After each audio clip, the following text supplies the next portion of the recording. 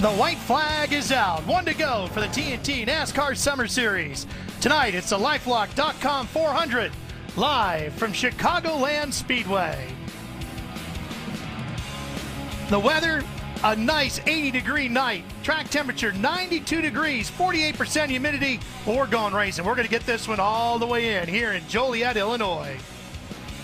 Hi, everybody. I'm Ralph Sheheen alongside Wally Dallenbach and Kyle Petty. We've got one to go here tonight. Last week, the storyline was all about the checkered flag at Daytona and that thrilling finish with Kyle Busch and Tony Stewart. Tonight, however, Wally, it might be the green flag that's the big story. Teammates on the front row could make the first couple turns pretty interesting. Ralph, the first lap's going to be pretty interesting because I don't think those guys on the front row really care for each other, so it should be a lot of fun to see what happens there. But one thing about this racetrack is they will be able to race hard going into 1 and 2. Years past, this place was tough. It didn't have a lot of grooves, and it was very slippery. But the track is weathered. There's a lot of grooves. I think you'll see these cars fan out right away. But this, Kyle, this track's a little bit different setup-wise as far as the night race goes on some of the races that we see that go in from start day into night. Yeah, like you said, they're going to be chasing the 83 and the 82 into that first corner. But I'm going to tell you something. One thing they're not going to be chasing here like they do at places like Charlotte, where we start in the day and we go into the night, is chase the racetrack as bad. There are going to be some changes to the racetrack, but the difference between Charlotte during the daytime and Charlotte at night is drastic. Here, it's very subtle. So the guy who runs good at the first of this race has a great chance of running good at the last of this race. All right, well, the cars are rolling. Let's take a look at our Miller Lite starting grid.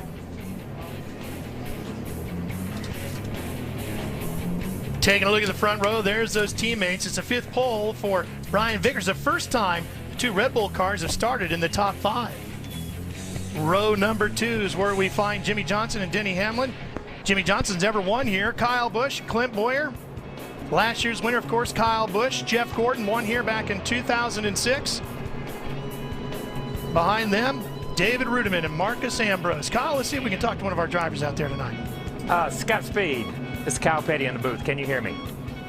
Yes, sir. Hey, man, great qualifying run. You're at the sharp end of the queue here this week, and this team seems to be getting better and better and better. Is this qualifying effort and the way you guys have unloaded here in Chicago indications of how you think the rest of the year is going to go for you guys? Well, honestly, I think the last 3 weekends in general have been a lot better. You know, we start working a lot closer with the 83. You know, the stuff that I'm saying is becoming a lot more similar to what they're saying. So overall, everything is getting closer and better, kind of as we expected. All right, man. Well, do the best you can. We'll be watching you up here and talking about you on TV, all right? All right, thanks, bud. Just before we go green, let's check in with Larry McReynolds.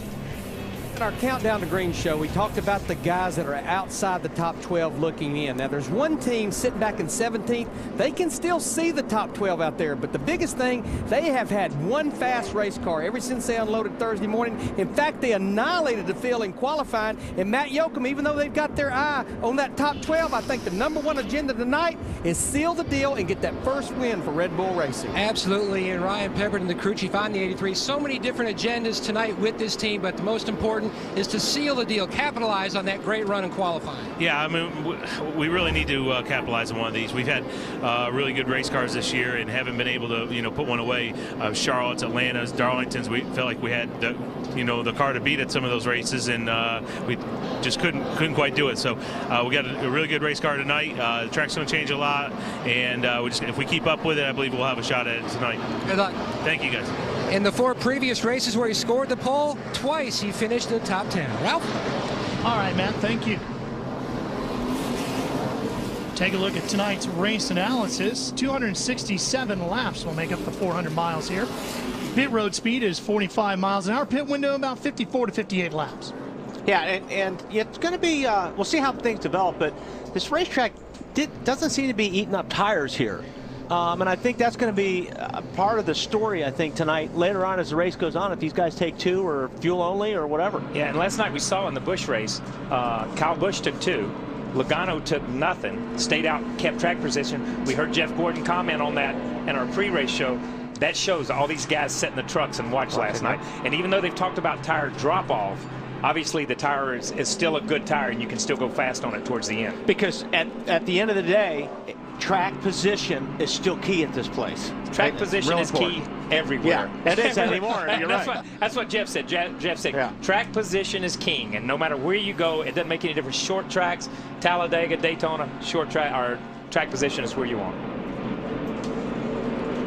Well, that first corner is going to get pretty interesting pretty quick here. Well, maybe I was playing it up a little bit. I don't know, but I just, there's a little bit of friction there, and the guy on the outside, I think he's got, feels like he's got a little bit to prove. And well, just remember this: Scott Speed comes from the Formula One world, and in Formula One, the #1 guy you want to beat is your teammate. Right?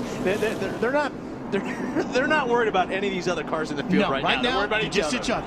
Right now, all we're worried about is a green flag. Glad to have you with us as we're green from Chicagoland.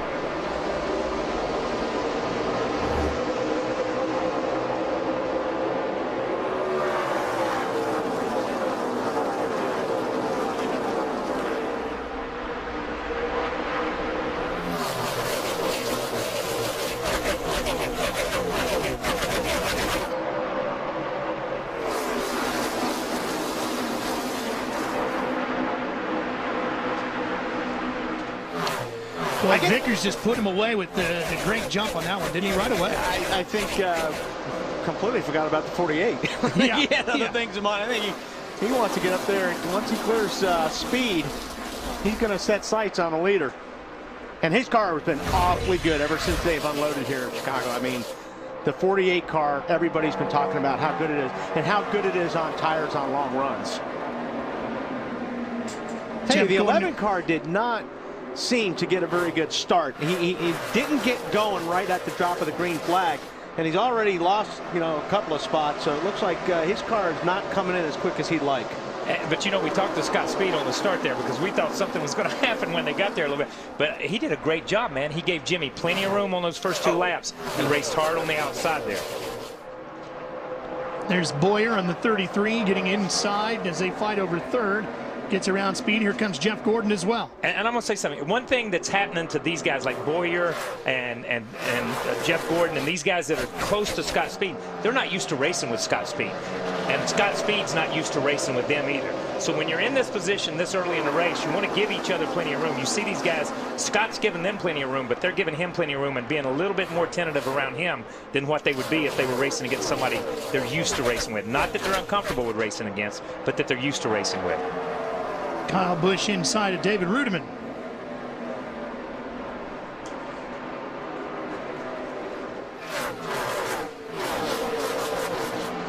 Whoa, look at the 18 of Busch getting a little loose through there as he's still side by side with him, getting awful close. Yeah, the 18 looks like it's already got a donut up there on the door on the right side a little bit.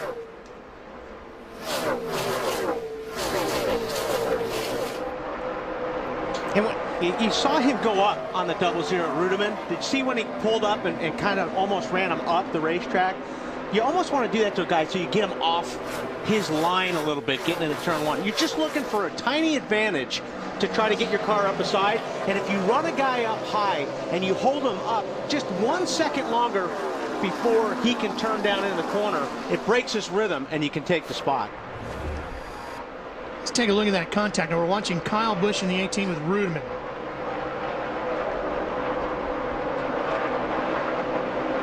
He just pushes up into him a little bit. But just as Wally says, you see the tire mark right there, but just as Wally says, we talked about this in pre-race. This is a round racetrack.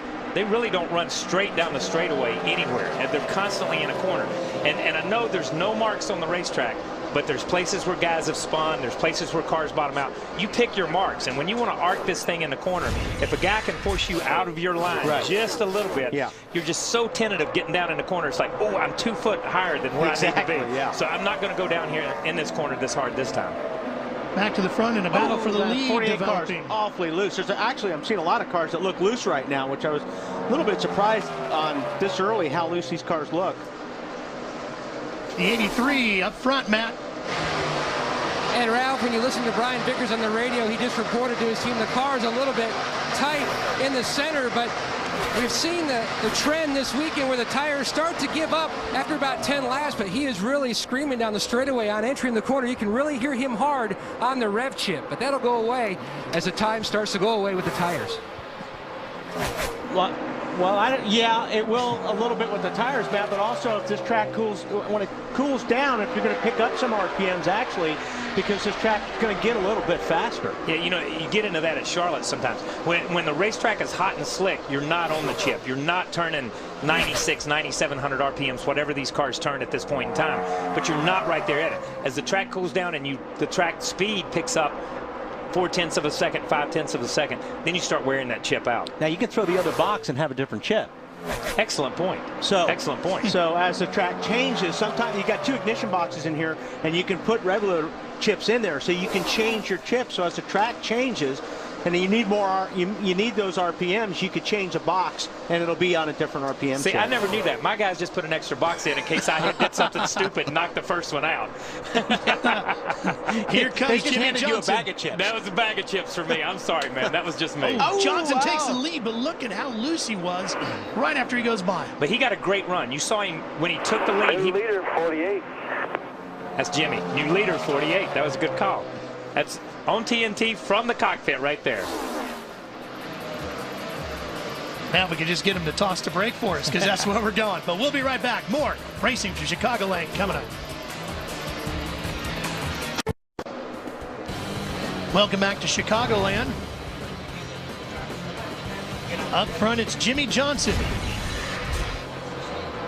Taking the lead just a few laps ago away from Brian Vickers, who started on the pole.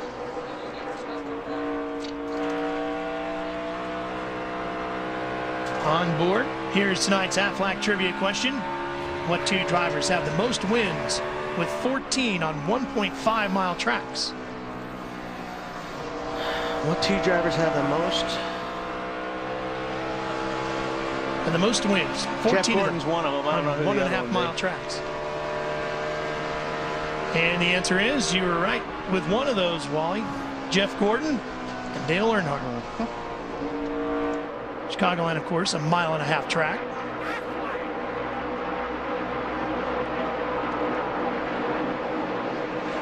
Mark Martin in the 5, getting around the 18.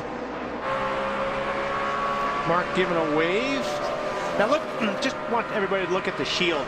It's a dark shield. Obviously, we're going into a race that's going to get dark here, but these guys have dark tear-offs. There's a clear shield underneath that tear-off. And right now, the sun is pretty brutal going down into turn 3. It's really, really tough to see going down there. Where you're driving in there and you go blind for a second or two. That's how bad the sun is. If you guys watch as we see some of this, and especially going, you see the front stretch right here as we're watching the 5 car.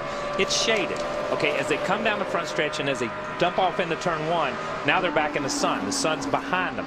As they come back off of 2 over there and start down the backstretch, it's right about where the signs start down the backstretch is where the shade starts into turn 3. But as the sun goes down, it eases its way down the backstretch. And you're right. You get to a place where, where's my mark? I can't see where my mark is. I don't know where I'm at on the racetrack. And it's only for a split second. But I'm going to tell you something. When you're racing with somebody, that's a long split second. Mark Martin takes over 7th position now as he gets inside of Bill Elliott. But how about Bill Elliott? I mean, qualifies good here.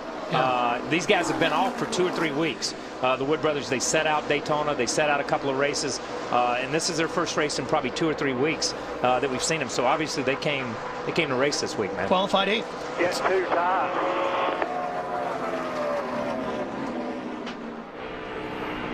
Now you see Denny Hamlin. He started with the clear. Decided that he would just squint for a while. Denny Hamlin right now, Marty, running 6th. Yeah, and not very happy behind the wheel. Earlier this weekend in qualifying, they had a problem with the water gauge. They said 300 when he got done with his qualifying lap. Clearly, the water was not 300. Then he goes 2 laps into the race today. Guess what? The water gauge says 300 again. The water is not a problem, but that's going to be a distraction for Denny all day long. So I was going to ask you drivers, how much of a distraction is that? And is it really important that he knows what the water temperature is? Somebody fixed that for me one time during a pit stop.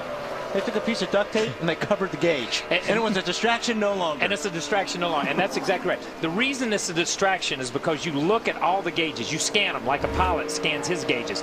And you want the needles or you want the numbers to be in a range. And when they're outside that range, it constantly bothers you. Whether it's true or false, it just constantly bothers you. Best thing to do is, like Wally said, put a piece of tape over it and try it and pay no attention to it, because you're going to look at it. Larry, is that how you dealt with it, Larry? Well, no, not really, because that water temperature gauge is pretty important from a performance standpoint, because as we get into the nighttime and this track cools down, those crew chiefs, Mike Ford in particular, for Denny Hamlin, he wants to know how cool or how hot the water is, because I'm sure when we get to those race pit stops, he'd love to throw a piece of tape on that nose to help the drag on the straightaways and help that car to turn. So these things, a lot of them are running these electric gauges, and they're great in one aspect, but if they do have a problem, they can sure throw you a curveball. But Larry, I think the point is, don't you think there's something wrong with the gauge, or do you actually think it's running 300 degrees? No, absolutely. Okay. It is a gauge problem, but it's going to be impossible for Denny to tell Mike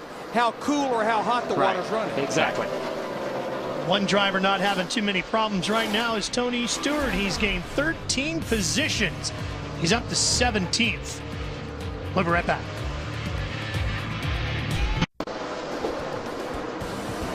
Jimmie Johnson ranks second all-time on the win list with 13 mile-and-a-half racetracks. He's leading here tonight at Chicagoland Speedway in Joliet. There he is out front. We're going to take you through the field, kicking things off with Matt Yoakum. And Ralph, Jimmie Johnson out front, yarding the competition. About a 5-second lead over the 83 of Brian Vickers. Jimmie already looking ahead to later in this event when the sun goes down. He says the car is free on entry and snappy loose on exit. 1 and 2, the car is absolutely awesome, but he can start to pick up a little bit of tightness in the center of the corner that could be a problem later. Meanwhile, Brian Vickers, who spent this past week NASCAR night at Victory Junction Gang, he and the 83 team did a number of things with the campers, looking for a win here with Red Bull. He says the car is tight. He's already looking at what adjustments they want to make on their first stop, Lindsay. Matt Click Boyer right behind him. Right now, pretty happy. They did make a big adjustment during practice. They raised the truck arm because they were trying to loosen him up. Felt like he was too overloaded on the back end. So now he feels comfortable trying to find his rhythm, trying to find his line, Marty. Lindsay, when I talked to Mark Martin before he climbed in the car, he described his car as spectacular.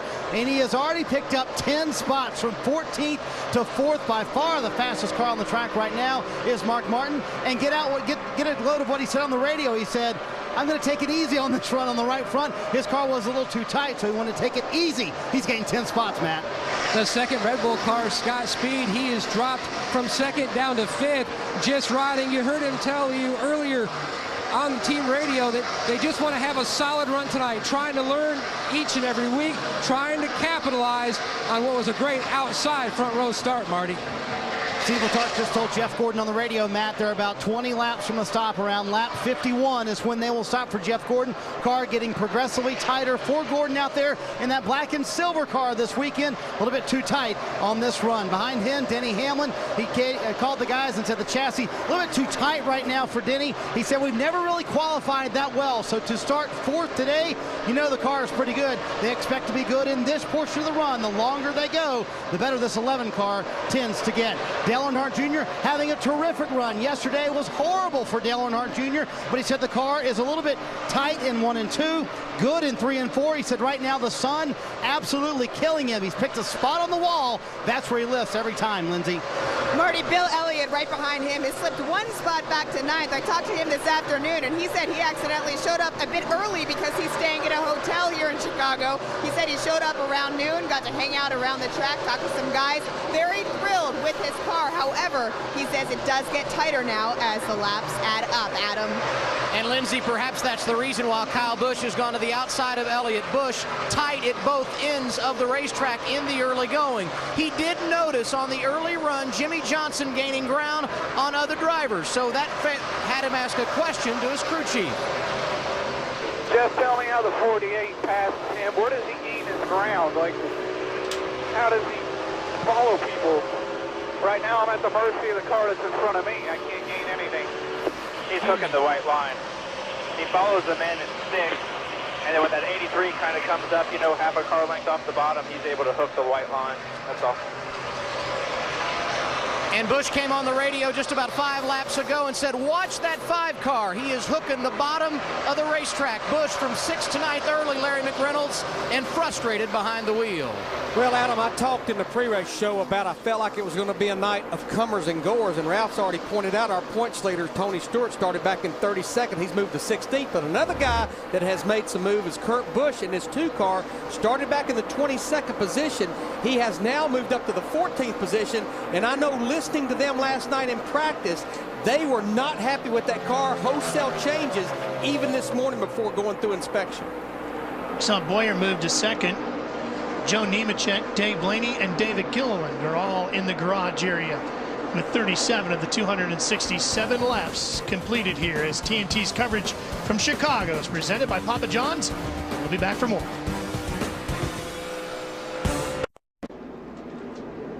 We're back. The caution is out, the first one of the night. Debris on the racetrack. It was a spring rubber. Here they come, Lindsay. Ralph, Clint Boyer's crew chief Shane Wilson told me he learned a lot watching that nationwide race last night. Right now, Clint Boyer said that his car's a little bit tight, but also pretty loose. He's losing the nose a little bit. They're going to give him 4 fresh tires, no adjustments, Marty. Mark Martin's only words to his crew, wow, what a terrific run on the first run of the night for Mark. From 14th to 3rd, he said no changes on the stop and 4 tires, Matt. Issues on the right side of the 48 of Jimmy John's team. Picking up, though, not missing a beat. Going to work on the left side. His car just a tick on the free side. Meanwhile, the 83 of Brian Vickers on the bottom of your screen, they were talking about a track bar and pulling a spring rubber, or pushing a spring rubber in, actually, trying to get his race car to free up. It was just too snug. Not only is Martin's car good, but apparently his crew's pretty strong too, because they got him out first. Casey Mears is going to get the free pass in the 07. We'll be back for the restart. Aerial coverage provided by Goodyear, the official tire of NASCAR. New Fuel Max tires help you have a winning fuel strategy. Pit road action was pretty good. Mark Martin had a great stop. A couple other guys not so good, beginning with the 48 of Jimmy Johnson. Watch the jack man here, Wally. Yeah, they come in. He gets the jack underneath it. Then it falls off. By the time he gets back in and back up, he lost 6 spots. When I saw he came out and lost 6 spots, I thought, well, maybe they did a spring rubber change or something. Problems for the 21 too here, Kyle. This is one of those things, I guess, when you don't run every weekend, these are the kinds of problems you can have. Yeah, and sometimes, you know, this is, look where they're at. They're the last car in line. What happens on a lot of pit stops and a lot of people, they help each other. So there's somebody behind you. When your tire takes off, how many times do we see another team catch a guy's tire? There's nobody behind the 21 on pit road, so when his tire starts off, there's nobody there. There's no official, there's no team there to help him, so that's just a bad deal. So he goes to the tail end of the field, and he'll have company with Greg Biffle, who was too fast exiting pit lane, so Greg goes to the tail end of the field as well. Based on what I saw there right before that caution came out, a lot of these guys have to make a lot of adjustments to even be in the same ballpark as that 5 car, because Mark Martin was by far the fastest car. He was going to run the leader down and lead this thing if it went green. So there's a lot of homework, a lot of changes that need to be done on some of these guys in order to run with Mark. And on the first stop, I'm going to give a tip of the hat to Scott Speed's pit crew. He was running 4th or 5th. He comes out running 5th or 6th. A lot of times you get a car that runs not used to running up there. At least they're up there. They kept them up there. Here's our Toyota driver update as we go back to green. Brian Vickers in 2nd. Hamlin and Busch also in the top 5.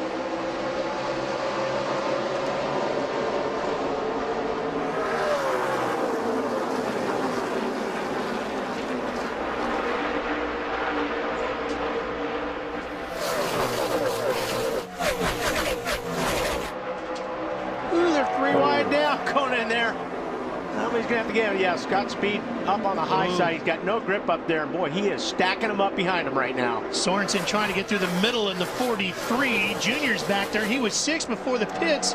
He's 13th after it in the 88. Speed went from 6th to 15th in that lap. And he's still falling. He's not done yet. And he just had contact with Junior, too, and that's what shoved him way up the racetrack. Marty, how bad was that pit stop on the 88? Well, they had a little bit of trouble, but it wasn't horrible. There were a lot of other good pit stops on pit road. As you mentioned, Ralph, N6 out 13th for Dale Earnhardt Jr. The car was really tight. Jr. said that's okay. Very positive on the radio. Told the guys we'll get him on the next stop because he has a very fast car. A lot different than yesterday. Jr.'s pretty happy behind the wheel. He wasn't happy coming out of turn 4 right there, because that thing went into a 4-wheel slide. But, you know, one thing that happens on the first pit stop, especially at a place like this, everybody's still on the lead lap. Pit road is incredibly, pass for third right here, incredibly busy, man. You can't get in and get out, so it's not necessarily the pit crew's fault when you lose time. You get hung in the pits sometimes.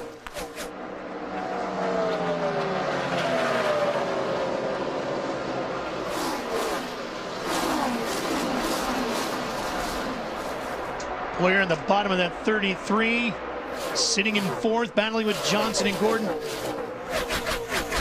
Boy, the Richard Childress Racing Team could really use some good luck. Yeah, and you know, Harvick always runs good here. You know, he won the first couple of races here. This was a place that they thought they could come to, and it was good to see Bowyer. You know, he had worked himself into second right before we had the debris caution right there. So he's running pretty solid. The other guys, they're struggling a little bit, but I think they're hoping that the racetrack changes and comes to them a little bit, even though, as I said in the opener, this racetrack's not going to change drastically.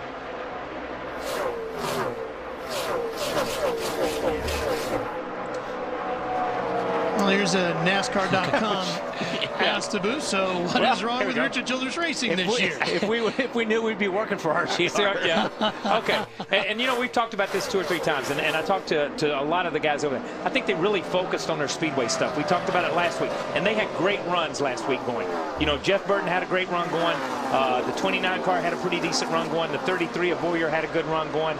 Casey got in trouble early, but they had really worked on their speedway stuff, and I think they felt like they got behind on their 1.5 and 2-mile racetrack stuff. They've tried really hard to catch up. I know those guys are working 10-hour days, 15-hour days trying to get back on track, and it's good to see Bowyer be able to run and take that team and be able to run a little bit better.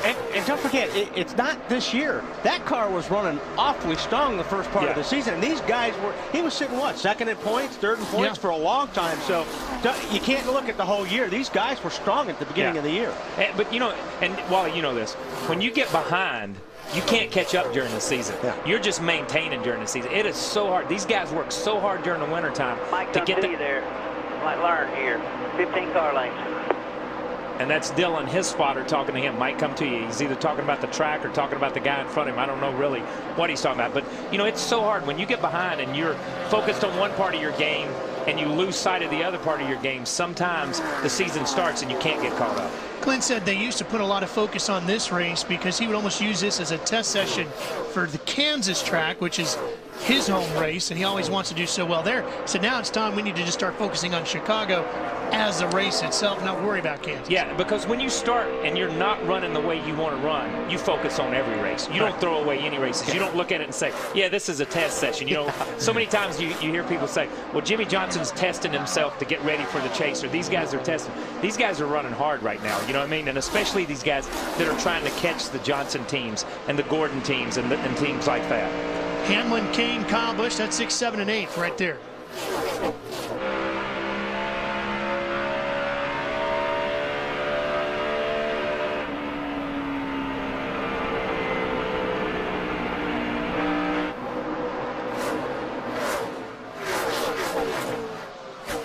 Casey involved in that wild finish at Daytona last year, getting right up the backside of Kyle Busch as they came to the checkered flag. And while you and I were talking about this earlier today, I thought it was pretty interesting. Casey commented on how a lot of people thought he might have gotten a good look at the bottom side of Kyle's car, and he said, in reality, I was looking more at my knees than the other side of the car because of how far you go forward when you get hit like that. That was quite a shot. I mean, you know, you could figure that he, like you said, his head was looking down and probably had his eyes shut, too. I mean, on the crash like that, pretty much grinning and bearing it. Casey now up to 6 as he works his way around Hamlin. Moving up into the points, too, and boy, that's so important as we draw closer and closer to the chase. And you go from 12th to 9th, a lot more comfort in there. Here's Kyle Busch. Well, at least he's going in the right direction, or trying to go in the right direction. It looks like these guys made some adjustment on this car that has helped him quite a bit.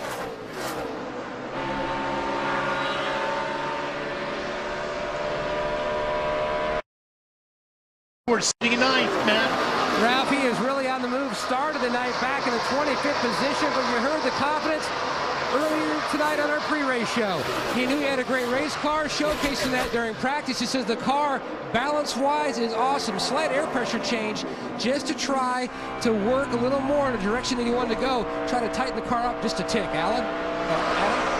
And for Kyle Busch, who is running in this mix of cars, he picked up 3 positions on pit road. That's the good news. The bad news, they adjusted a tight condition with air pressure and wedge, and now he says he is loose all over. To quote him, he said, "I'm wrecking," and that's the reason you see a parade of race cars going by, including Tony Stewart.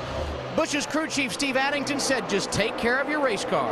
Yeah, what a difference a year makes for Kyle Busch. Last year, he led the first 43 laps of this race, a total of 165 on his way to the victory last year. As Tony Stewart, however, continues to charge through the field. 22 positions gained for him right now as he breaks into the top 10.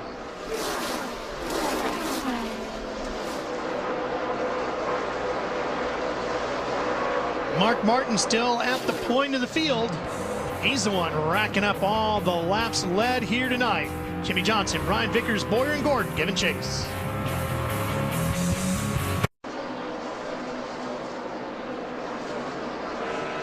Fans want more TNT coverage? The Coke Zero in-car camera on Race Buddy lets you vote for and ride shotgun with Coca-Cola Racing family drivers. Check out the Coke Zero in-car camera on NASCAR.com's Race Buddy. Cast your vote now.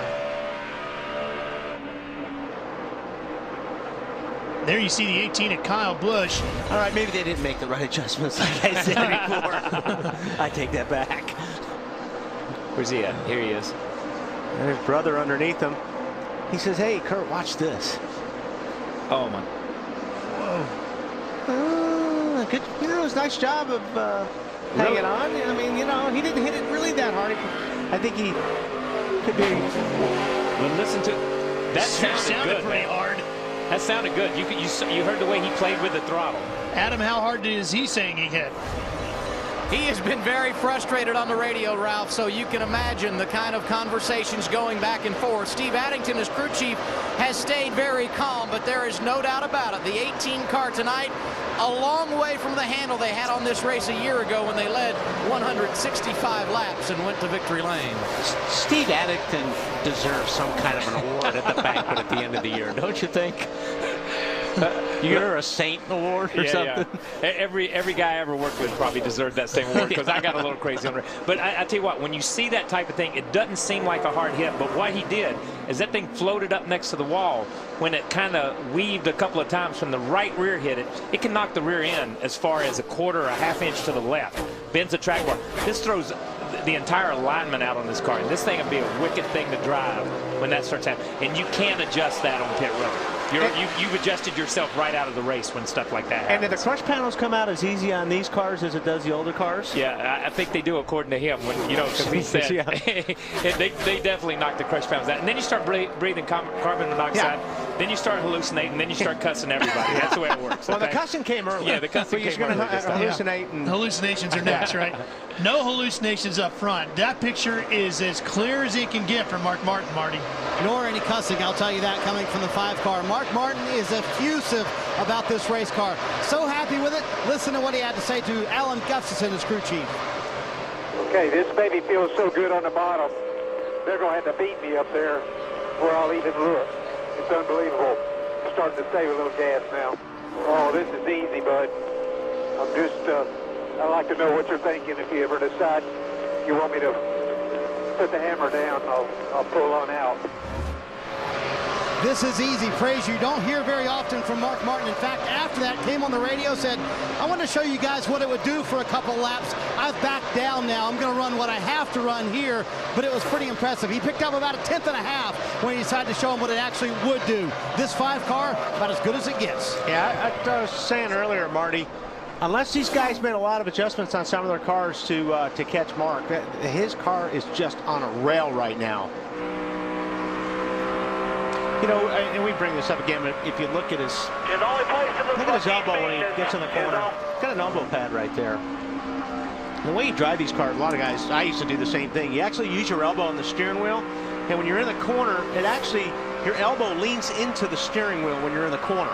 And it also gives you leverage when you're turning the car. So it's not so much, you know, you're using your shoulder and your whole body when you turn the car. That's why he's got that elbow pad on there, because it's going to be rubbing on that steering wheel all night long. It's got to be nice as a crew chief, Larry, to hear your driver that thrilled with the handling of the car this early in the race. Well, it is, Ralph, but I watched these guys yesterday in those 2 practice sessions, and Mark Martin and Alan Gustafson, they knew they had a good race car, but they were so careful at their approach, because I think what everybody was anticipating is the first practice from 4 to 4:45, the sun would be out and the track wouldn't have a lot of grip. Everybody was putting a lot of stock in that 5:20 to 6:20 practice. Well, it was reversed. It was very cloudy and overcast during 4 to 4:45. So what the 5 car and Alan Gustafson and Mark Martin did from 5:20 to 6:20, they pretty much set most of that practice out until it got overcast again. They didn't want to, and you know it, Kyle and Wally, they didn't want to chase the racetrack, something we wouldn't have tonight to race on. This is the only active track that Mark Martin has not scored a top 5 on.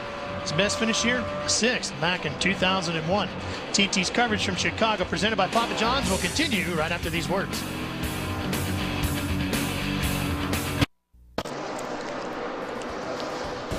And you see Mark Martin hitting the 5, getting inside of Michael Waltrip. Let's take it back through the field one more time. Let's kick things off with Marty Snyder.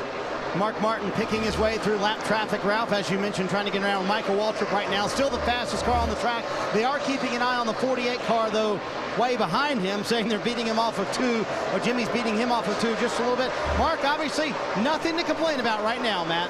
And his teammate Jimmie Johnson just recovering from that issue on pit road with the jack. He has climbed all the way up to 2nd. The only comment he's really made about the race car, it's good, but it's starting to get a little bit tight. Meanwhile, the 83 of Brian Vickers, who has settled in 3rd, he restarted 2nd. His car free on entry, tight in the center. He's just forecasting trends, looking ahead to what he will need in about another 75 laps in this race car, balance-wise. And Casey Kane, the Dodge boys, he's climbed up to 4th. Rim riding much of this event now, climbing up to that real high line. The car was tight on the first stop. They made a track bar adjustment, and it's really come to life. Lindsay? Matt Clint Boyer loves the low line, but he just came over the radio, said you got to make it tighter through the middle. Clint is the only RCR driver to have a win last week in the nationwide race at Daytona. He knows he cannot duplicate that today if he doesn't find better balance, Marty. At the beginning of this run, Jeff Gordon said he could run hard for about 2 laps, and the car just goes away on the last stop. A host of changes, pulling a spring rubber from the left rear spring and also going up on the track bar, all in an effort to make that car a little bit looser. It has gotten better, but not keeping up with his teammate Mark Martin. Denny Hamlin behind him said his car is a little bit tight. Mike Ford just radioed him about 20 laps from the stop for Denny Hamlin, who went to Daytona last week. He had never finished in the top 10. He finished 3rd there. He's never finished in the top 10 here at Chicagoland, hoping to change that tonight too, Matt. Carl Edwards, Marty, started the night 5th in the championship standings. The highest, though, without a series victory in 2009. Trying to change that, looking ahead. Bonus points, big bonus points for later in the season when the chase begins. The car, a tick on the tight side. Back on lap 53, Adam, he climbed into the top 10. Currently, he's 8th. The guy on the move, Matt. He started 32nd. He has worked his way up to 9th in the running order. He said it's still a little tight in the center, not terrible, good in and off. They told Tony the track has cooled off about 5 degrees in the last 20 laps and asked him if it has had an impact on the grip. Tony said it has not, Matt. And Kurt Busch reporting to Pat Trice, he just climbed into the top 10. He said the car was dynamite on the first few laps after that first pit stop, but now it's absolutely dead sideways. They made an air pressure change trying to fix the snug in the center of the corner, but now the car has gone completely opposite, Lindsay. It's loose. Well, Matt, David Rudiman not too happy about his car as he just fell back 1 spot. He told me today his car was dancing on both sides of decent. The team had an issue with the splitter brace on the final practice, so they only got 1 good lap in. Right now, he wants to turn better in the center. Ralph? You know, Lindsay, Marcus Ambrose is up to 16th in the 47. He happens to be tonight's UPS Maximum driver. He's finished in the top 10 in 3 of the last 5 races. This race season, look for David Reagan to take on the delivery drivers of UPS in Maximum Driver. There goes Wow, the 82 look down at the lap. that. Remember, he started on the front row. And Mark Martin blasts right by him as he continues to lead here tonight.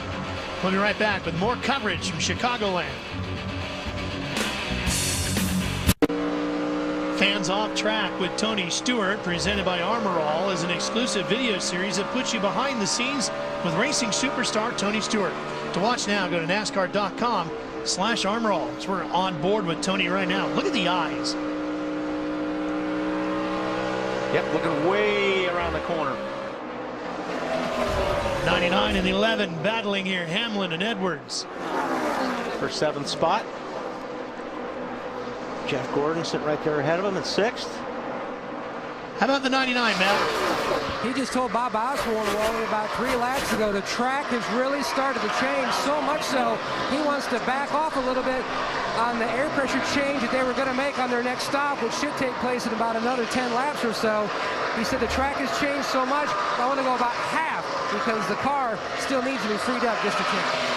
Carl Edwards had won 5 of the 10 mile-and-a-half races last season. In fact, he got 3 of those in the chase.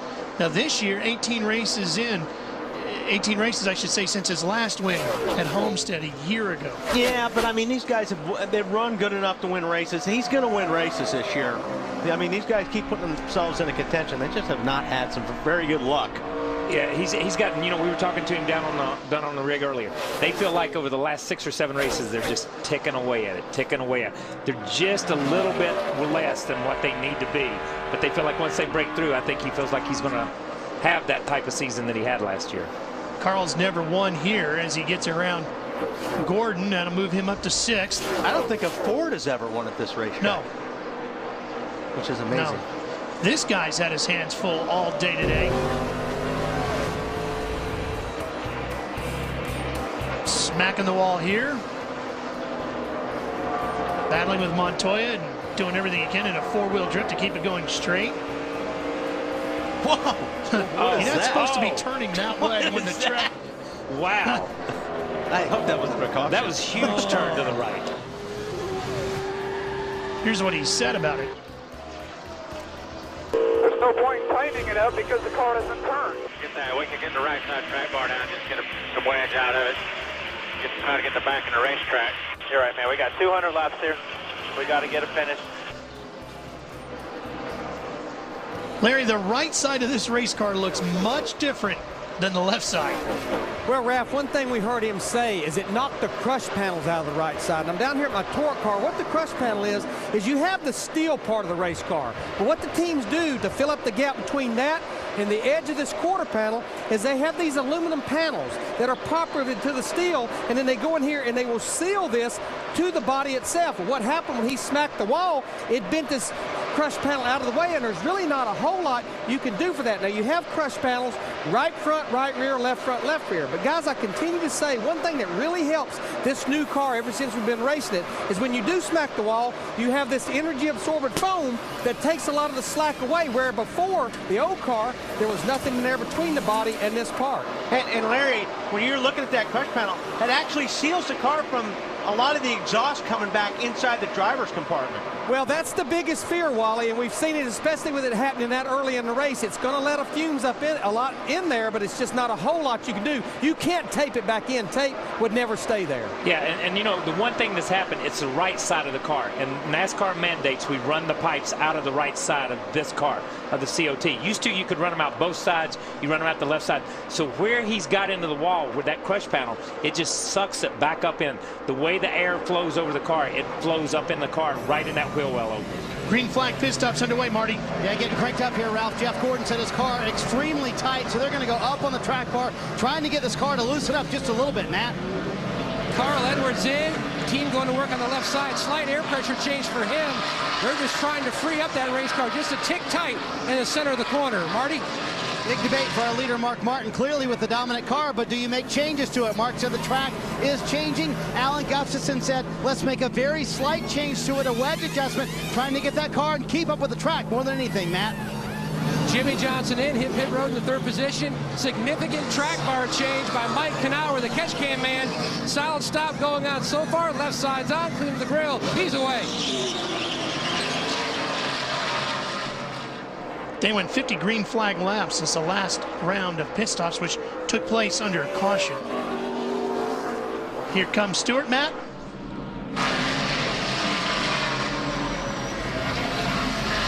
Adam, the point leader is in. Ralph Tony Stewart say, I need to turn a little bit better in the center. A slight adjustment for tires and fuel. He was able to stay out a good bit of time. That means good fuel mileage for that bunch. Lap 95 is when he gets his green flag service. Well, his crew was absolutely stellar a week ago and turning in some pretty good stops here again tonight. Mark Martin back to the front. How nervous would you be about them making that a little bit of an adjustment?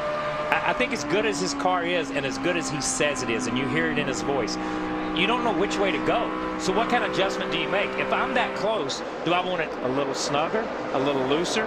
Which way do I think the track? So sometimes when you're that good, you'll think that what happens is you'll let the car go ahead and let the racetrack change, and then you'll adjust after the racetrack changes, because he's good enough. It's not going to change drastically and take him out of sequence here.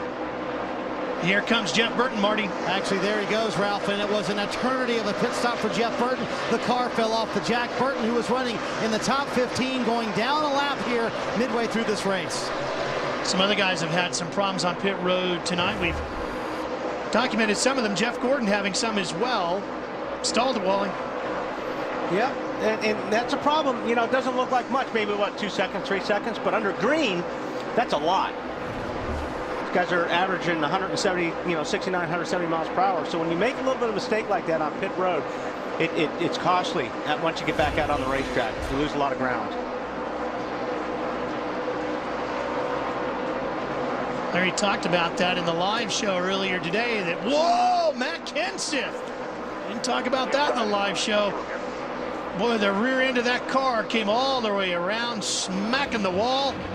Matt keeps his foot buried in it and keeps on motoring. We'll be right back. Chicagoland after this.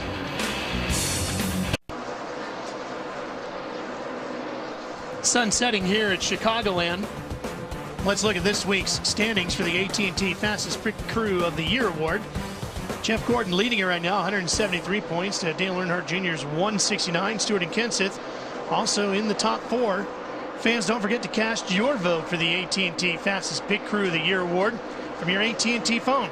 Text in the car number for the pit crew you think is the fastest and most valuable in each race to 2258. The AT&T Fastest Pit Crew of the Year award delivered by AT&T, the nation's fastest 3G network. But pit road is really becoming a story here tonight, and not for a lot of good reasons. A lot of guys having some issues. Watch this. As you see there, you see Reed Sorensen. Watch what happened to Reed on this last round of pit stops. He's got Marcus Ambrose coming up quick on the outside here. Okay, watch where there's the cone. 47 beat him to the cone, and then the 43 went back past him. That's a penalty. Can't pass somebody like that on the on pit lane. Now here's what it looked like. Here goes Ambrose on board with Reed. Here he is right to his right. Can I watch the 43 speed up? And you can't do that. Yeah. Wasn't much, but that's all it took. That's all it takes. But you saw how good. Now, but the difference is the 47 is making time getting on pit road. He's actually making time. That was a great pit stop by the 47. This Casey Kane. You see the 9 car here. He leaves his pits, and as he gets here, we've been reported that that his spotter's saying, "Watch your speed." He slowed down. He got almost 25 car lengths behind the Johnson car. The 48 car ran him down and has passed him since that pit stop and has taken over second. This car's moving right now, I'm telling you, because he lost a lot of time leaving pit road. Greg Biffle had a problem too fast on pit road earlier. Now he picked up a penalty for non-compliant fueling. That could be a wide variety of things. This time they got him, the catch can man dropped the can. Yeah, dropped the can. And, you know, Larry McReynolds said in our pre-race show, you know, Larry was talking about pit road, doing everything you have to do on pit road, especially under green. There's so many green. And we've talked about 4 or 5 cars here since the race has started, either under caution, entering too fast, passing, uncompliance on pit road rules and stuff like that, that are really in some way, shape, or form taking these guys almost out of a race or putting them at a disadvantage. Everything has to go right for you at a racetrack like this where you run so many green flag laps. Mark Martin in the 5. Boy, Mark is just putting these guys down, and that's it. Talked about earlier, one of the things about this racetrack, when it does go green a long time and you get a guy that's hooked up like Mark Martin, you start lapping guys left and right. I mean, Jamie McMurray right there sitting in 23rd spot is going a lap down, and now Mark's looking for the next car, which is Keselowski in 22nd. I mean, and they're all in front of him. All these cars in front of him, you know, he's just putting these guys a lap down almost every other lap.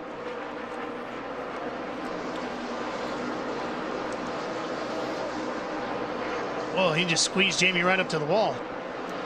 Yeah. Or is Jamie just trying to hang in there he really as long squeezed as him he up could? to the wall much. I think Jamie just got loose coming on. You know, he was there, but a lot of you watch the left front tires going through the corners, and you can tell if a guy's loose, because when you see that wheel turn to the right, he's saving it.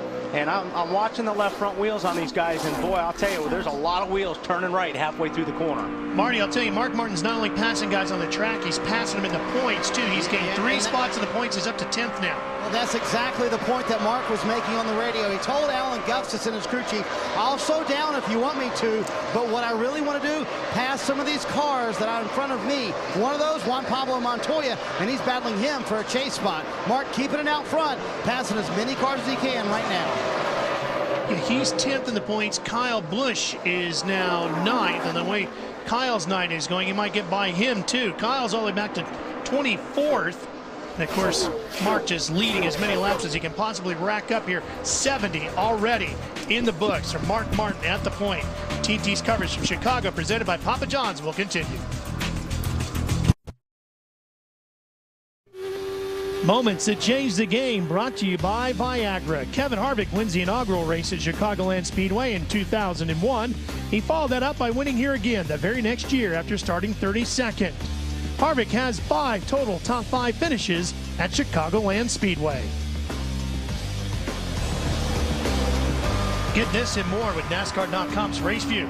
Now for half the price, check it out at NASCAR.com/RaceView. And there's Mark Martin getting inside of Joey Logano, the New Hampshire winner. Been very careful. He caught this group, and just being real careful right now, picking through this traffic. But you know, when you're as fast as Mark is, you can be careful picking your way through traffic. He doesn't have to run the guy down and make a move on the guy instantly. He can evaluate where the guy's running on the racetrack, watch what the guy's doing as he approaches him, and say, okay, where do I need to be? I like being on the bottom, so I'm going to let this guy slip or make a move. I'm not going to try to pass him on the outside. Well, actually, when he came up on this group to begin with, they were all over the racetrack in front of him, and I think he just backed out. Like you said, he's got time. He let it settle down. He let it get single file, and then run his line. And Logano, another guy that looks like he's got his hands full with a loose race car. Well, I mean, just about everybody's got their hands full, except for Mark, who's got a 4-second lead over Casey Kane. Yeah, I mean, you know, Casey Kane's running good lap times. Jimmy Johnson's running good lap times. There's about 6 cars right now that are very, very close on lap times. They're just spread out on track position right now due to pit stops and, you know, working the traffic.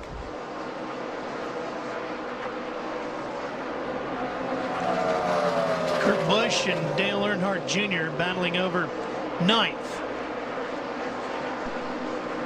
Larry, what do you think about the 88 car? Well, Ralph, I think we saw this in practice yesterday, that it was going to be a Hendrick kind of a night. You've got 4 Hendrick cars up in the top 9.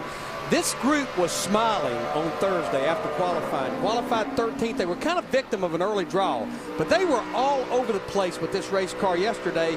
But before we had that last set of pit stops, they had made their way up to 6th with the 88 car. They lost 7 spots on the pit stop, fell to 15th after that restart. Now, Marty, they've worked their way back into the top 10. Looks like they've got their arms around this race car. Yeah, Dale Earnhardt Jr. told the guys, if I can ever get track position after a set of stops, I'll be okay. The car, Larry Mack's been pretty good tonight for Junior. They've been on both sides of the fence, a little bit tight, a little bit loose. On that last run, Junior said it was spin out loose. They put a rounded wedge in the left rear, gotten it a little bit better. Junior, though, loves to run that high line. Wally and Kyle, you know, when you're loose, it's hard to run that high line, isn't it? Yeah, and he runs it well. He's got cool gloves. He's got the coolest gloves in the sport. I got to get me some of those with the bones on it. But, you know, Junior's one of those guys that he just likes to run there. It doesn't matter what his car does. But it is hard to run up there when it's loose. There's no question about it. But, you know, watching his in-car, you know, it looks like the car's fairly comfortable for him. He's not really doing much crazy with his hands. But how many times do we see Junior go to the high line or Casey Kane go to the high line early in the race? And when we talk about this, and then you rubber up the racetrack. So it's green up there now. So no matter what your car's doing, you've got pretty decent grip over there. When the grip goes away and you're on the high side of the racetrack, you look like Kyle Busch coming through 3 and 4 earlier in the night. You just ricochet off the wall. But Junior makes that line work for him. That's the way Harry Gant used to make that line work for him. The King used to make that line work. Instantly they would go right up next to the wall, but everybody else didn't go up there. Now we have so many guys that are talented and go up there and run up there. You know, it becomes another place, but it rubbers up really quick.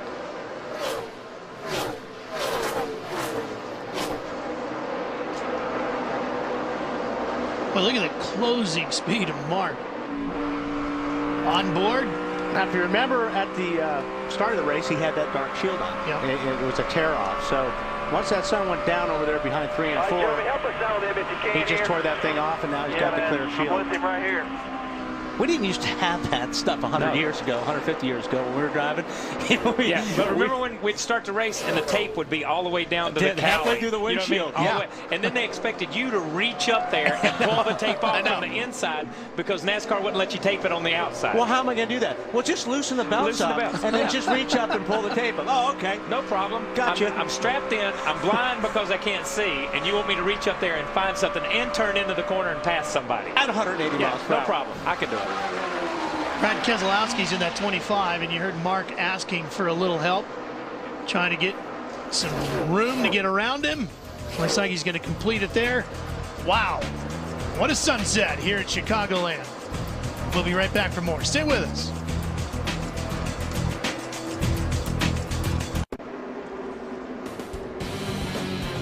Welcome back to the LifeLock.com 402nd caution of the night.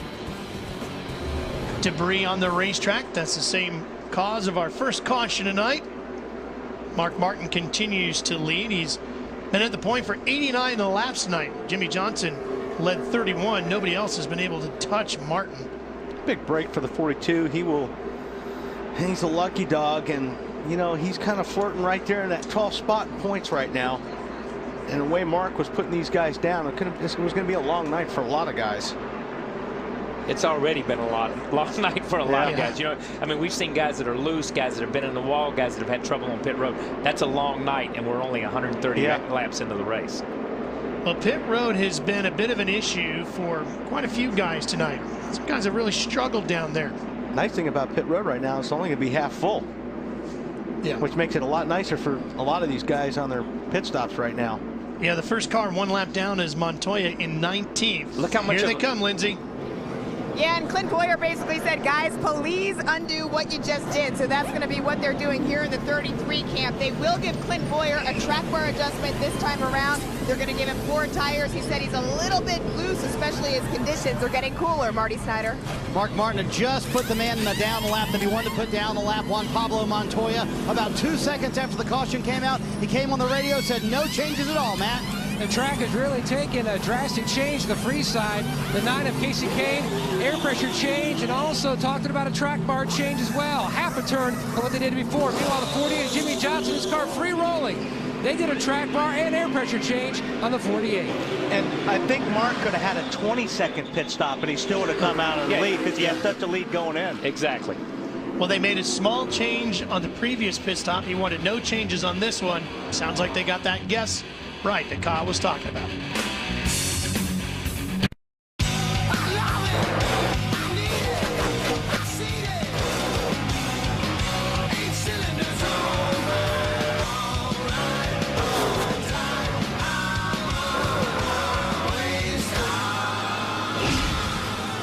Log on to NASCAR.com now and watch up to 4 live camera angles at once. The TNT Race Buddy Mosaic View. TNT Race Buddy on NASCAR.com.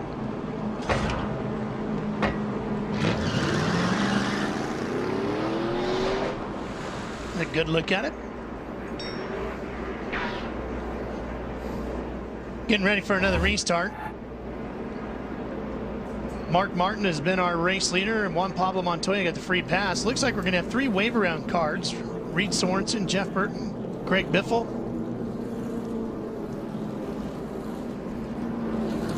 Larry, how about the double file restart here? Well, I'm going to talk about the wave around cars. Reed Sorensen, Jeff Burton, and Greg Biffle. They're gambling a little bit here because they have not been to pit road since back around lap 95 to 99. So they only have about 20 to 25 laps of fuel. What they're banking on is the double file restart shootout style is going to bring another caution.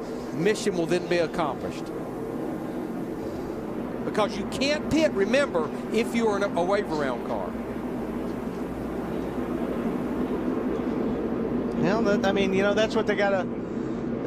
They don't really have much of a choice. I mean, Larry's right. You're going to go out there and hopefully something's going to happen behind you. I mean, that's basically what you're banking on. You're hoping one of your buddies wrecks and brings out the caution. But you know what they are, and the crazy saying in racing, cautions breed caution. Yeah. This is when it's going to happen if it does happen. Well, and the way a lot of these guys have been handling, you're not really reaching too far out on the limb to think that maybe somebody's going to smack the wall.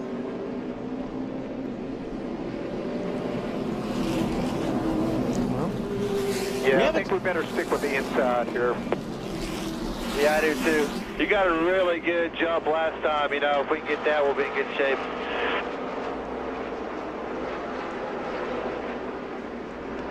I don't really think it matters where he goes while the way he's been running, but I mean, he's so good on the bottom. Yeah, I mean, just force everybody to work even twice as hard to get around you. Exactly. Yeah, if somebody's going to pass him on the high side, they're going to have to be awfully good. Yeah. So we take a look at the top 12 in points. Mark is now 11th. Kyle Busch holds down 10th. Greg Biffle is in 9th. Kenseth is in 12th. And Montoya is one spot out, and he's only 2 points behind in 13th.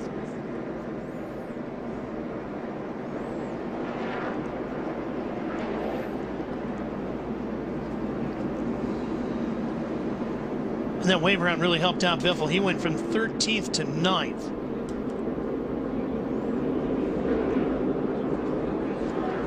Here we go. Pace car is off.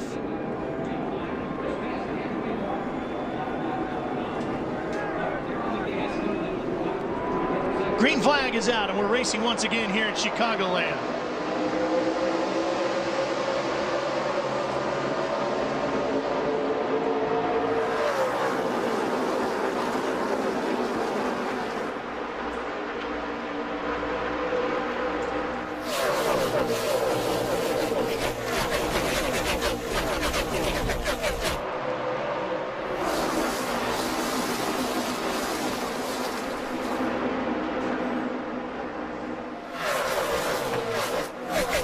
Mark just picked right back up where he left off, I think. He sure did, and we are fully into the night now. And how about Tony Stewart, who has gained 29 positions, sitting in 3rd? Yeah, I don't think that's really a huge surprise, only because he had a good car when he got here.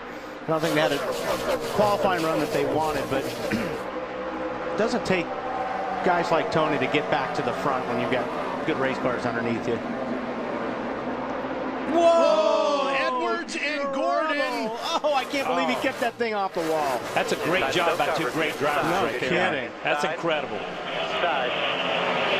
Boy, that 99 was going to the wall. Yeah. And he was driving it.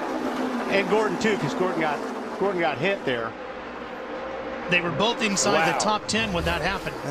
They went it down the corner, and they were just basically leaning on each other already when they got in there. It looked like Edwards just slid up the track just a little bit right there. And he's basically just saving it, and Jeff was there. But that was good driving by both those guys. Wow. This will be fun to watch. About one.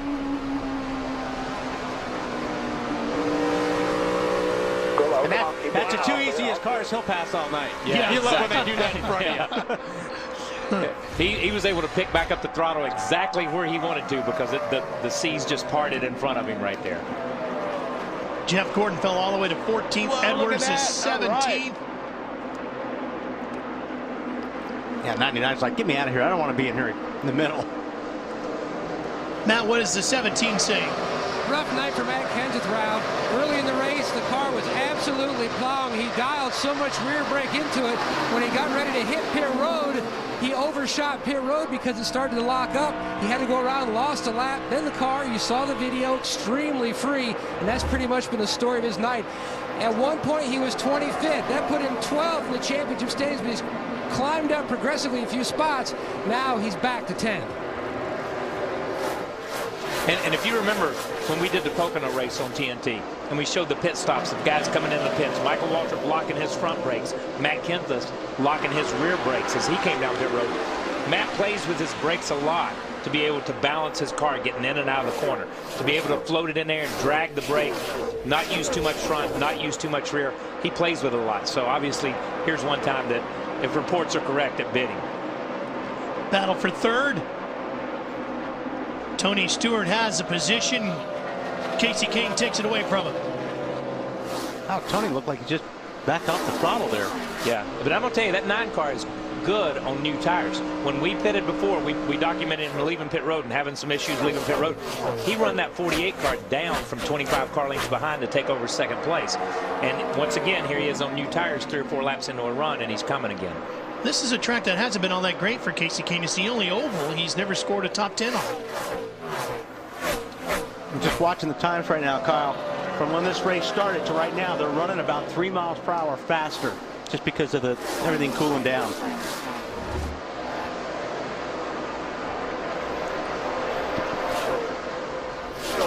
NASCAR Sprint Cup Racing presented by Papa John's live on TNT will continue right after these words from Chicagoland.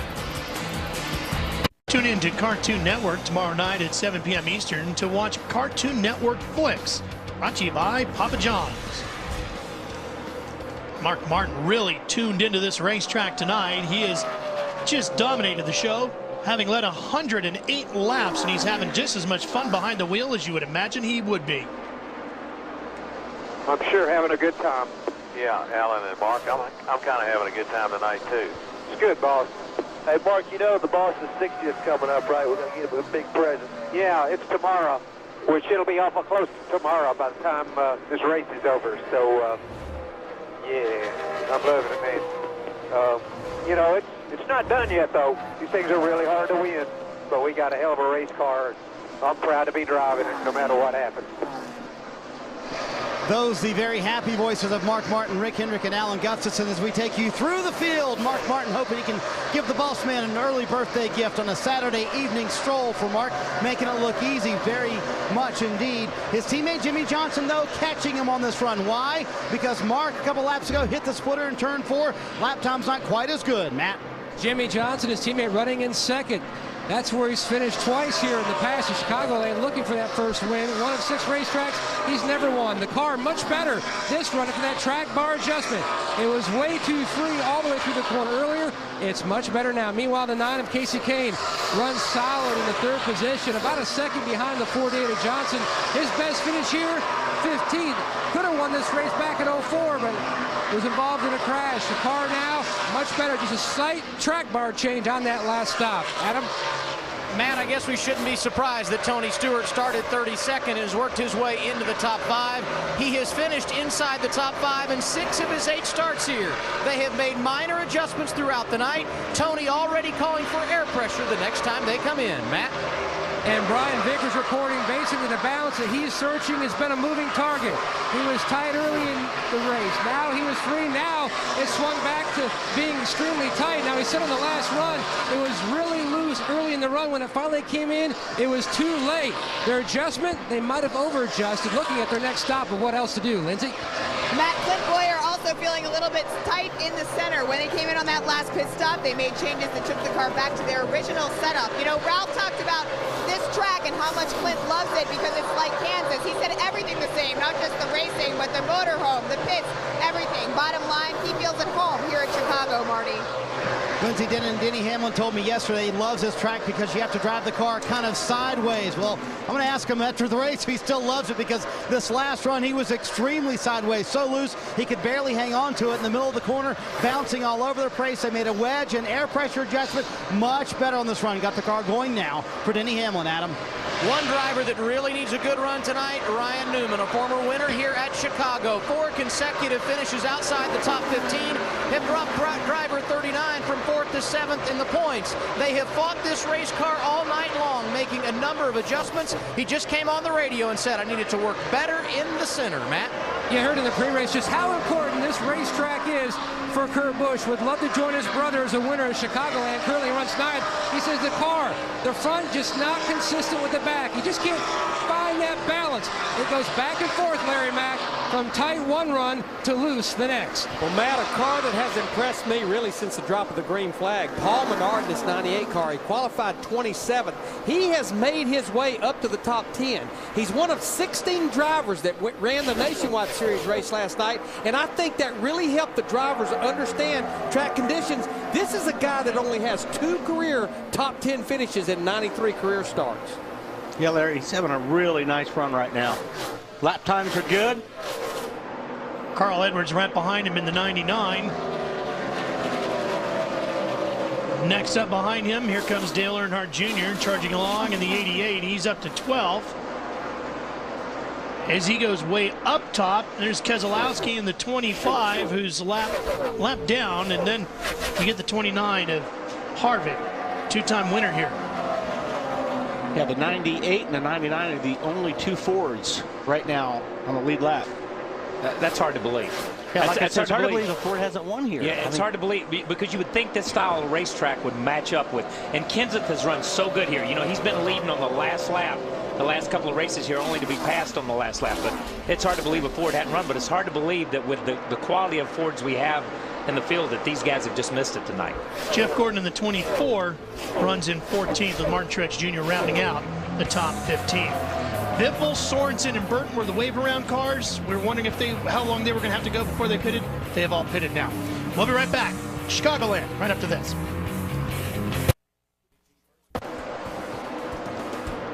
Welcome back to Chicagoland. What a pretty sight. Just outside of the Windy City here in Joliet. Spectacular. That really is a pretty shot. It's been a pretty night for Mark Martin up at the front of the field. He's led 122 laps tonight. Here is tonight's field summary brought to you by Burger King. Only 5 leaders, and with that 5 a popular number right up there. Look at that, 5 leaders, 5 lead changes, 5 cars out. We had talked about Nemechek, Gilliland, and Blaney out early on. Mike Skinner and Mike Bliss have joined that list. Only 2 cautions tonight.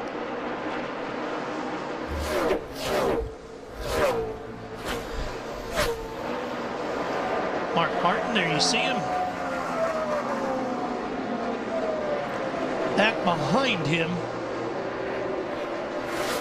deeper in the field, way behind him.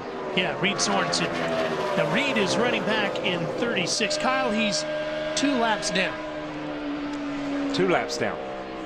1 lap. Sorry, you caught me, man. 2 laps down. 2 laps down. 1 lap down because he had to pit because of the penalty. He had to drive through penalty. That got him 1 lap down. But they displayed the black flag with the white stripe and the white cross on it. And that meant they picked up his card, which never happens in this sport. Most of the time, by the time they threaten to give you that, your crew chief has said, get down here. They're going to pick up your scoring card. They basically just took a lap away from him because he didn't come in when they told him to come in. And usually they usually tell you, you'll get that a couple of times. And what you're hoping is, and here we got the replay, what you're hoping is the crew is arguing their point. And when you see that card, you know your crew has lost the argument, and you have to come in. And he had more issues right there with Michael Waltrip. Watch this again.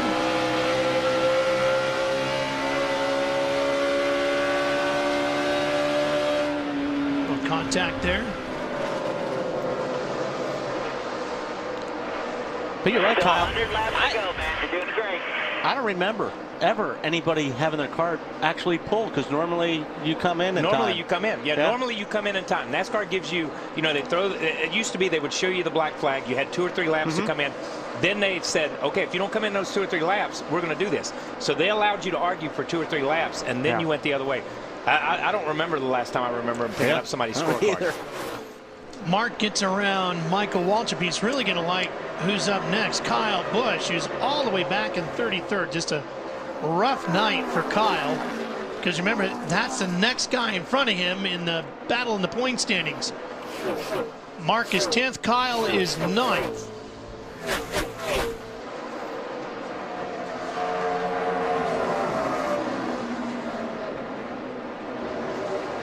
You just can't get rid of Waltrip that easy, though. Well, I mean, Mark, he's being really careful right now. I mean, he's got a great race car, and he's just not forcing the issue. His car is so much better than these other guys. If he's going to run side by side for a couple of corners, he's eventually going to get by you. He's just running a really smart race right now. Sam Hornish just in front of me. You can see he's dealing with an ill-handling Now, car. he may want to get by that car a little bit quicker just because he's all over the racetrack. Not sure where he's going to go. Speaking of all over the racetrack, I know you. Wow, look at that. Here comes a possibility of a caution. Yeah, that was one of Mark's more tense moments right there as he quickly gets around those two. Yeah, it was like, I'm tired of messing with you guys. I got to get gone. I know you two guys are into motorcycles like I am. Sam Hornish telling me earlier this weekend just bought an Excelsior Henderson board track racer. Very cool. That's bad to the bone. Very cool. Stay with us. We're coming back to Chicago. Yeah. Fans want more TNT coverage. The Coke Zero in-car camera on Race Buddy lets you vote for and ride shotgun with Coca-Cola Racing family drivers. Check out the Coke Zero in-car camera on NASCAR.com's Race Buddy. Cast your vote now. Riding with Kevin Harvick. Two-time winner here. Look at Dale Earnhardt Jr. way up along the wall.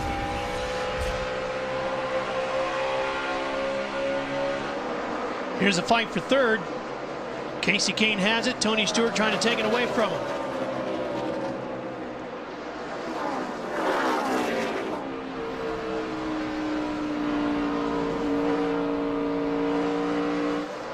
Wow, Stewart really rolled through the center and through the X of the corner much better than Casey Kane that particular lap anyway. It looked like they got in pretty even getting into the corner. They kind of stayed side by side, but boy, when it went from the middle out, Tony just took off. And if you go back to New Hampshire where Tony run really, really good, to Pocono where he run really good, he rolled, man. He just they found something with their chassis and found something with their car stuff that he's really got this thing working in the center of the corner, and that's all you hear these drivers talk about, rolling through the center. He's had an interesting night, Adam. He started all the way deep in the field in 32nd. He's even led a little bit tonight. And that makes the 7th time in 9 races, Ralph, that he has led here at Chicagoland Speedway. He's been very impressive. They've made minor adjustments throughout the night. They had a very good baseline, which has been huge to get him to where he is. And Darian Grubb just came on the radio and said, we are going to pit in about 8 laps. That was a lap ago. So look for the 14 on pit road under green somewhere around lap 186. Well, when your car's working that good, too, you don't want to come in the pits because you're seeing the guys in front of you are struggling. And you really, if your car's good, you really make up time on your competitors, you know, towards the end of the run. And, boy, when you're, like I said, when you're down on the bottom and rolling like that, you just want to keep going. Well, we're going to be right back for green flag pit stops. We don't want to miss those. Stay with us.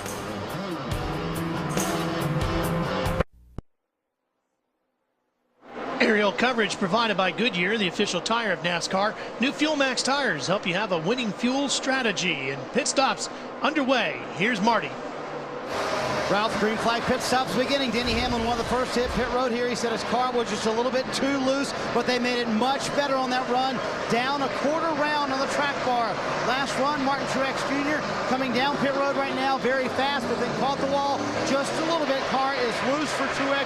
They're going to make an air pressure adjustment, trying to tighten up that one car who's had a pretty good car all night long. They told him midway through the race his brother Ryan won his 5th Camping World E-Series race of the year.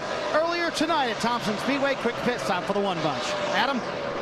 Kevin Harvick in the 29 coming to pit road. He won the first 2 races ever held here at Chicagoland Speedway. They will make an adjustment for tires and fuel at lap 186, Marty. Jeff Gordon in, and remember that scuffle with Carl Edwards on the racetrack. He was not very happy with Mr. Edwards. The car extremely loose for Jeff Gordon out there entering. A little too tight off. They go down 2 rounds on the track bar. 2 stalls in front of him, his teammate Mark Martin. The dominant car all night long. Mark said a little bit too tight at the end of that run. They make a very small wedge adjustment, trying to loosen up it a bit at the end of the run. Adam? Tony Stewart will make his stop at lap 187. 4 tires, fuel, and a slight air pressure adjustment. He said it gets better as the run continues, Matt, and contact with a 44 looked like as Tony Stewart gets away. And the 48 of Jimmy Johnson. Chad Canals thinks at the end of the run they're just losing too much time. They needed to take a big swing at it. Made a significant chassis adjustment. Meanwhile, the 2 of Kurt Busch, his car, big adjustment as well. His car just way too tight and getting tighter and tighter as the run progressed. The 9 of Casey Kane making his way into his pit box. Look for a chassis adjustment. They're also going to go for an air pressure adjustment as well. He's starting to lose the handle at the end of that run. Big Tank Probus, former college football player in Louisville, makes the chassis adjustment on the 9 to Adam. Menard having his best run of the season. You see his service is complete. He's pulling away. He got 4 tires, fuel, 188 the lap number, a slight air pressure adjustment to help what has been a tight handling race car. And Kyle Busch, who has battled it all night long, will make his stop under green at lap 188. They will make changes, 4 tires and fuel as well. And look at the right side of this race car. That tells you exactly what kind of night it's been for driver Busch. I think leaving pits tell you what kind of night it's been for Kyle Busch, because you heard him, man. He was just hammering that thing. How about Tony Stewart? That was incredible. You know what? And Larry can probably speak to this better than I can. But sometimes when you're pitting like that, you'll communicate with the guy next to you and say, okay, I'm going to pit on lap, 180. You pit on lap 181. So it gives you a chance to come down pit road, clear the place, or clear your pit stall so the next guy can come in. Especially as we saw Tony there with A.J. Allmendinger. A.J. was a lap down. Okay, so it's a little bit of a courtesy, and a lot of times crew chiefs talk like that. Do they still do that, Larry? I mean, you have to, Kyle, especially on the green flag stops. And I know both those cars, Allmendinger just went a lap down. But, yeah, even if you have to pit a lap early, you're better to do that than take a chance, because you and I both know once you hurt one of those front fenders, your night is done. That was about as close as you could get without hurting one. That is as close. But, it's funny how you're out there on the racetrack competing with each other. You want to beat everybody you can, but they work together on pit road to make it as good for you and as good for me, so we don't take ourselves out on pit road, and I think that's the point of that. 7 car of Robbie Gordon, too fast exiting. He's going to get a pass-through penalty. Robbie running in 37th. Mark Martin has easily clinched the most laps led tonight. 147, the top slot so far.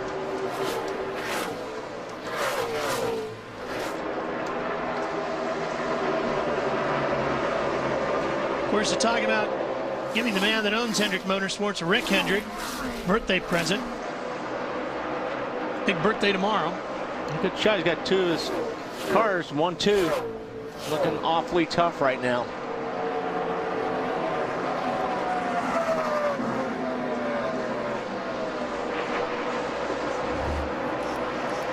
Only 5 cars behind the wall right now. Skinner, Bliss, Nemechek, Gilliland, and Blaney.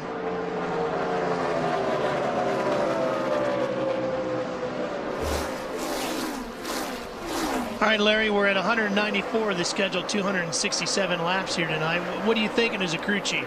Well, I think the strategy is going to be about the same for everybody, Ralph, because as you mentioned, 193 laps down, 74 laps to go. Remember, the fuel window is about 54 to 58 laps. So the way I see it, if we stay green, it's a one-stop race for everybody. We should see green flag stops if we stay green. Remember, we've only had 2 cautions, somewhere around lap 240 to 245 in that neighborhood of 25 laps to go. Now we hear that the 18 has just dropped a cylinder. I mean, I think he did that leaving pit lane. Yeah, when he was leaving, that's when he just... When he left pit road, he lost the cylinder. I'm telling you, man, you get so mad that sometimes you pray these things blow up. You know what I mean? And when he left pit road, just from that standpoint, he dropped the clutch on that thing. I mean, we had the camera in his car. You could see it. I'm telling you, man, he's got to be turning 10,000 when he leaves the pits. And you knock the cylinders out. Listen. You knock a valve out. Listen. That was just, I want to kill this thing That's right. right now. I am mad. I don't want to be here today. He's a quarter mile away from the right racetrack for that. But here's the drag problem, strip man. is I just mean, off he's the 13th backside in points, and he's on the edge right now of picking himself out of this And let me say that the only reason I can say that with some authority is I've done that before. we all have. I have done that, and I apologize to every engine builder out there, but I have done that. Kyle Busch, feast or famine type season, having a rough one here tonight in Chicago.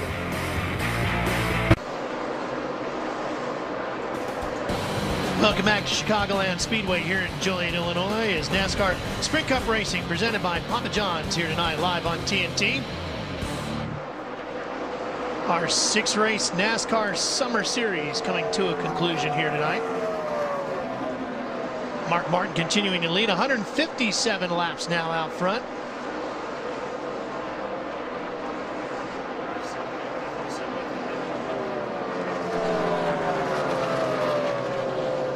Let's see the gap back to the 48. Jimmie Johnson is in second. There he is. He's just under 2 seconds behind Mark Martin. Jimmy's led 31 laps tonight. That's the second most laps led by anybody tonight. Yeah, Jimmy's staying right there with them. It just depends on traffic. One guy's quicker one lap, one guy's quicker the other lap, but Jimmy's pretty much matching Mark's times right now.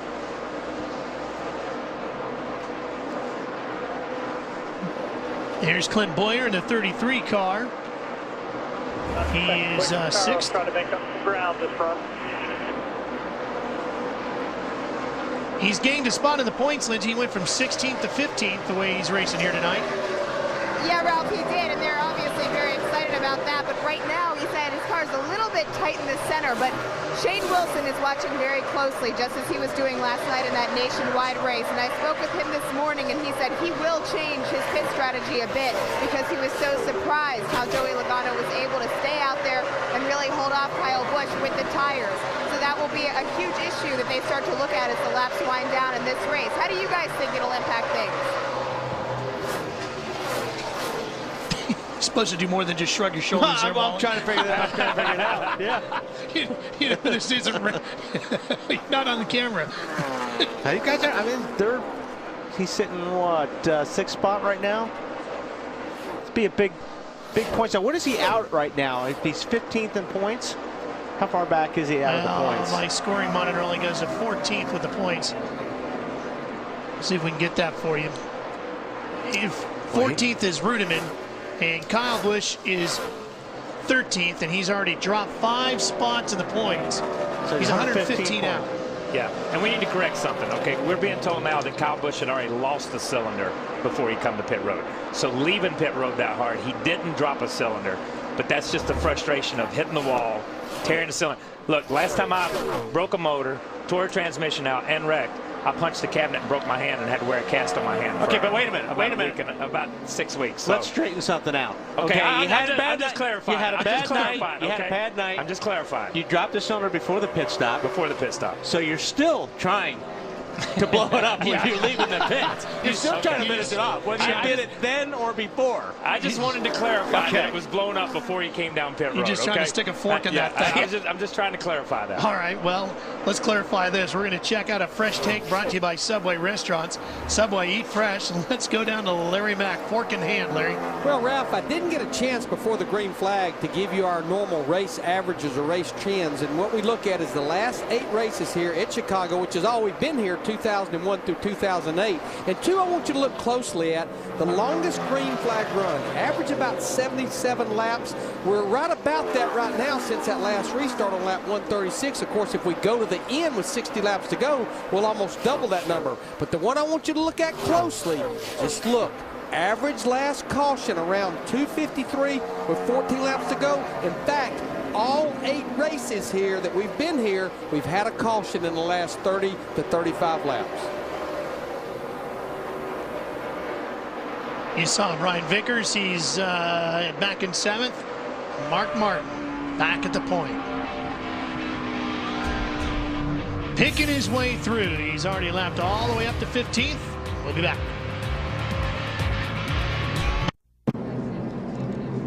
Third caution of the night. Once again, debris out on the racetrack. Pit road is open. Here's Lindsay. And Ralph, once again, Clint Boyer is down. They will give him 4 tires and fuel, a quarter of a round of track bar. He said right now the car's pretty good. They're going to pull up, and hopefully this is the last stop, Marty. This will get Mark Martin good to fuel to the very end of the race. Top left of your screen and the triples there. He said, I want a quarter round down of wedge. That's it. Need to be a little bit better at the beginning of the run, Matt. Jimmie Johnson and Kasey Kahne, second and fourth on pit road. Both have the same issue. Both need to be much freer over this run. Great stop by the 48 guys. Who's going to win the battle off pit road? I think 5 got him. Yeah. It was close, though. Not by a lot. The free pass, by the way, is going to go to David Rudiman. Here it is. 5, but not by a whole lot. We'll be back for the double file restart after these words. Wrapping up the third caution of the night. They've only had 12 laps under caution. For the wave around cars, Ambrose. Bunch of them going around. Like half the field. Yeah, and there's Mark Martin. 170 laps now out front tonight.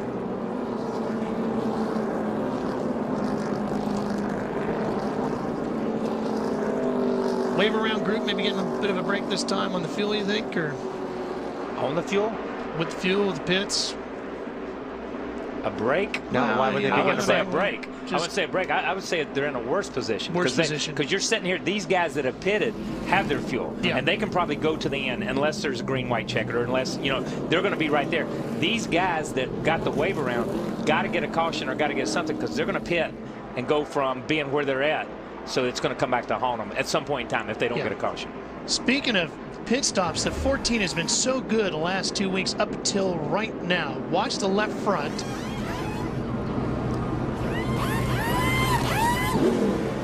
Oh, short one lug nut right there. Had to come back in. He was 6th just before the pit. Tony Stewart now 15th.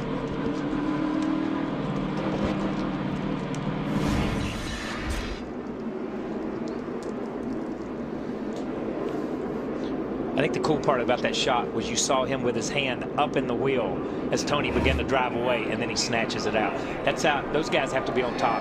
Even when you make a mistake, you got to be on top to keep somebody from getting hurt. Green flag is out.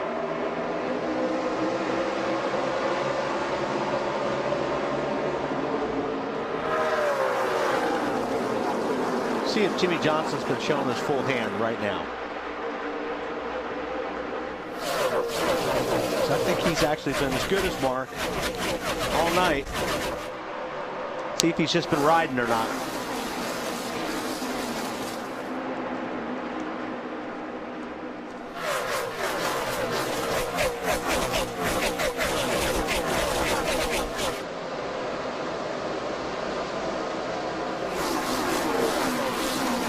Jimmie Johnson brought the same car to this racetrack that led 146 of the 200 laps earlier this year in Michigan. A very good race car. Earnhardt Jr. in the 88, up to 8th. Battling with Edwards and Kurt Busch. No. There's no room in the middle there. I don't know what he was looking at, but looked like the 2 car was going to try to split them. And Carl drove that thing down in there and let it drift up a little bit. And when he did, I think Kurt wanted to just look and see if, will this car fit there?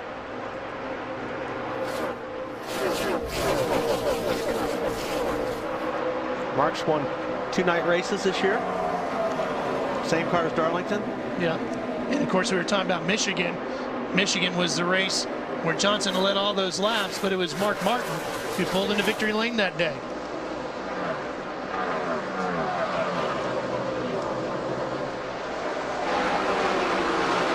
Ryan Newman in the 39 is in 13th. He's got Montoya in there with him. Harvick right behind him. Wow, that's no trouble. Third caution as Hornish goes sliding through the grass. Push up into it. Oh. I don't know if he could see through the windshield. Let me know if you got any contact back there. Leaders at the line. Sam, caution's out. You okay, bud? I just saw the replay. That's the caution the wave around guys are looking for. Yeah, that's the caution wave around guys needed from a fuel perspective. You know, some of them obviously, hopefully, as you look at it, you got to figure out which ones were able to capitalize on that. But at the same time, that's what the wave around guys needed, was an early caution to be able to get back on the lap that they needed to be on and then come down pit road. And now it takes fuel mileage basically out of play. This is not a fuel mileage race right now. I think I can say that with authority. Maybe not. You can say it. Doesn't mean we're going to believe it. Doesn't mean it's true. I'm just glad you can say it without a French fry in your mouth. Thank you very much.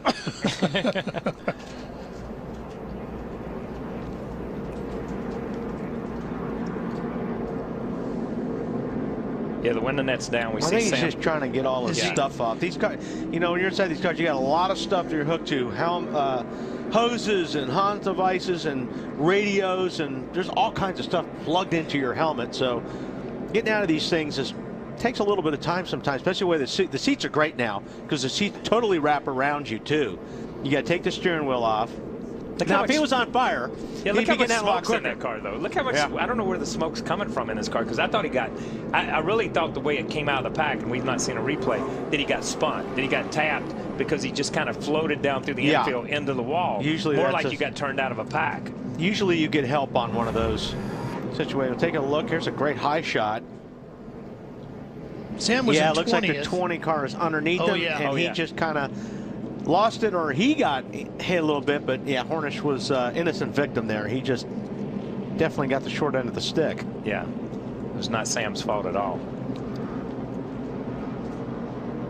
See the 20, he's in the gas, and as he comes up the racetrack, oh man. Man, hey, that thing really took a right. Yeah, it took a dead right on him. It's hard to say whether somebody got into Joy. That's what it almost looked like. Somebody got into LaJoy and got him turned, because that's a big turn to the right. Yeah, Logano just kind of took off up the racetrack. Oh. Yeah. Now that's what the guys see right behind that. You saw how the screen just went to nothing. That's a bad part, when you can't see anything and you know you're going to hit something. You just don't know when you're going to hit it. Sam did get out of the car. He's walking back. Catch a ride in. The one car, Martin Truex, is going to get the wave around, or the free pass, I should say. And we'll return to Chicagoland after this. Rankings for tonight's AT&T fastest pit crew here at Chicago. Well, there's no question. We got to go with that 5 group. Alan Gustafson, of course, they've had an awesome race car. They've been flawless on pit road, so we're going to have to go with that group.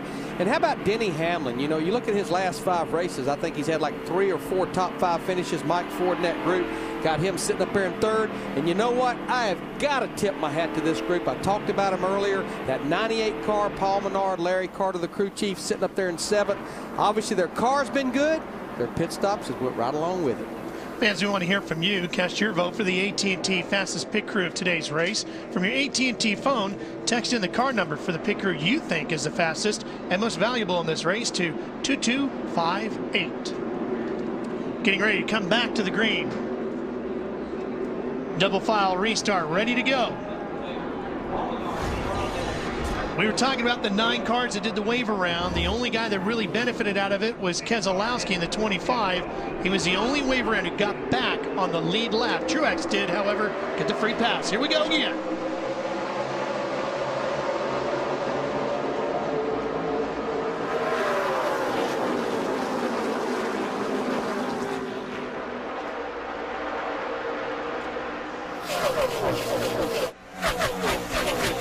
Shake and bake.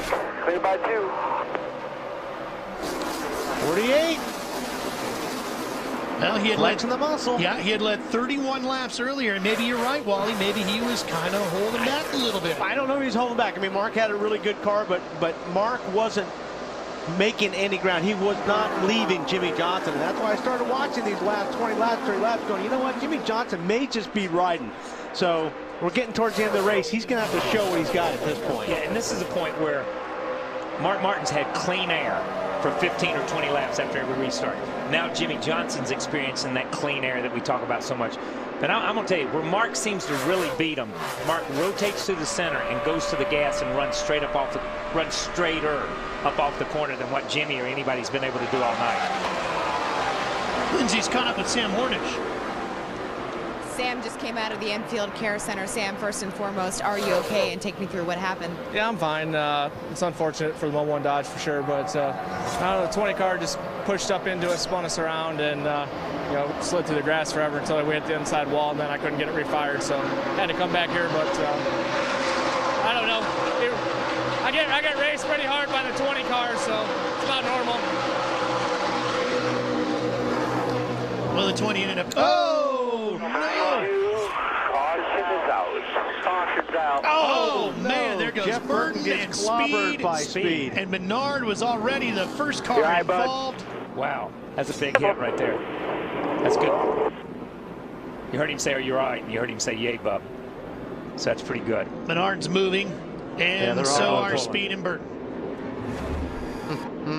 Let's see what happens here. A junior. Little contact. Oh, the cut tire. apart. Yeah, but that was due to the contact with the 88. I mean, they rubbed each other getting off the corner, and that's what cut the tire. But he must have run over something. Yeah. When you look at the car back here, there's another car. If we can come back and maybe we can tell us straight. Jimmy McMurray. Jimmy McMurray. You watch here, Junior. He'll rub up into that right in here. That's what cut the tire initially, and it just finally goes down here in another second. And you see it's flat right there. Yeah. It was flat right before it went behind that. You're along for the ride at that point. Go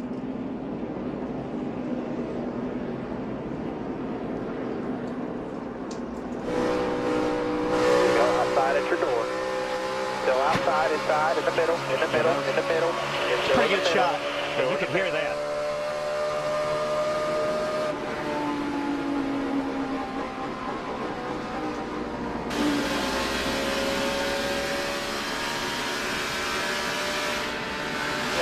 Low, stay low. All right, come on back up.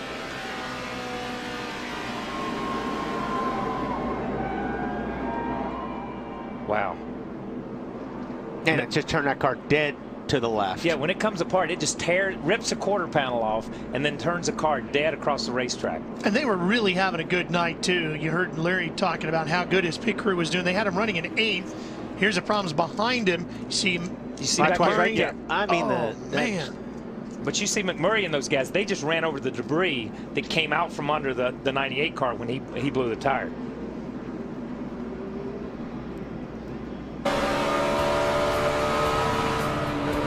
Tony Stewart sneaks through TNT's coverage from Chicagoland.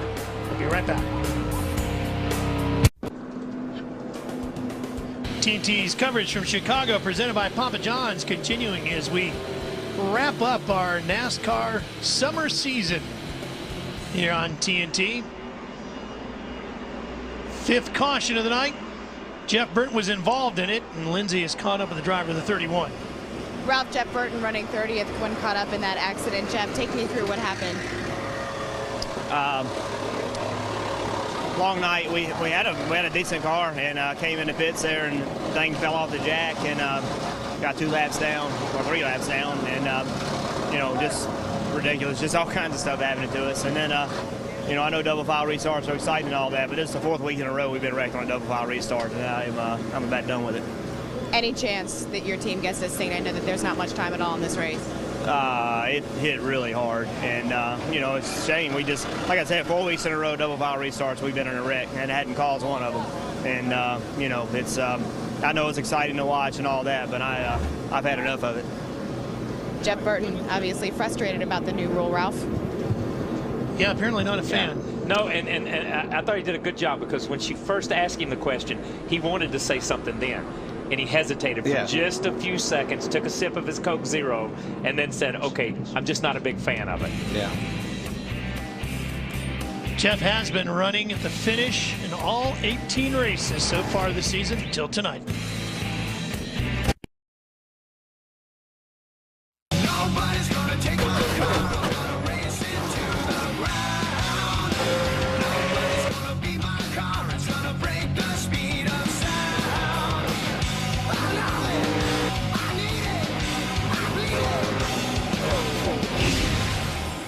Aerial coverage provided by Goodyear, the official tire of NASCAR. New Fuel Max tires help you have a winning fuel strategy. closing out our 5th caution of the night. It took us 211 laps to get 2 cautions in earlier this evening. Since then, we've run, what, another 56 laps or so? We've had 3 since then. 48, the leader, chooses the outside lane. That's a little bit surprising, you know, just knowing how good the 5 has been on the bottom. Yeah. The only thing you really got going for you, if you're the leader, is that you are going to get a little bit of a jump, because the second place guy can't beat the leader to the start finish line. So maybe, you know, Jimmie Johnson's thinking he's going to have enough momentum to pull out in front of Mark on the exit of turn 2. Well, we're about to find out.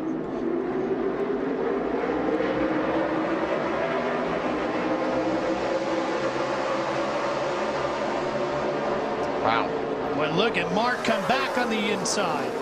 And this is where Mark is. There you go, right there, boy. Just shot around Mark. Well, and that's how Johnson had passed him earlier, was on the outside, so he had a lot of comfort in it. Vickers, who had started on the pole tonight, trying to take second away. I think Mark's car took off a little bit because he's on that. Mark, we've not seen Mark in this lane all night long. But, you know, you touched on it earlier, Kyle.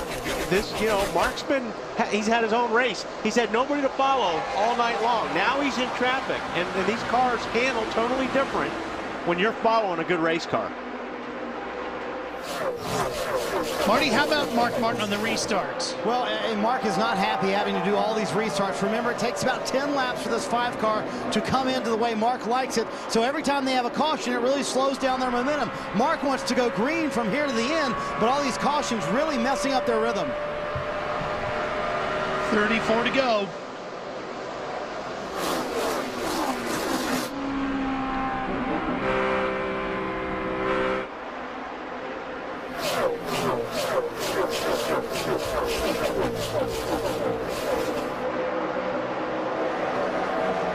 Newman and Keselowski battling over 10th position.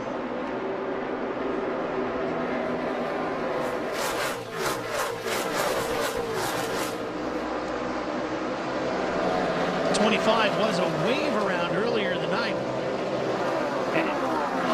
Adam Brad Keselowski making his way inside that top 10 and trying to hold on.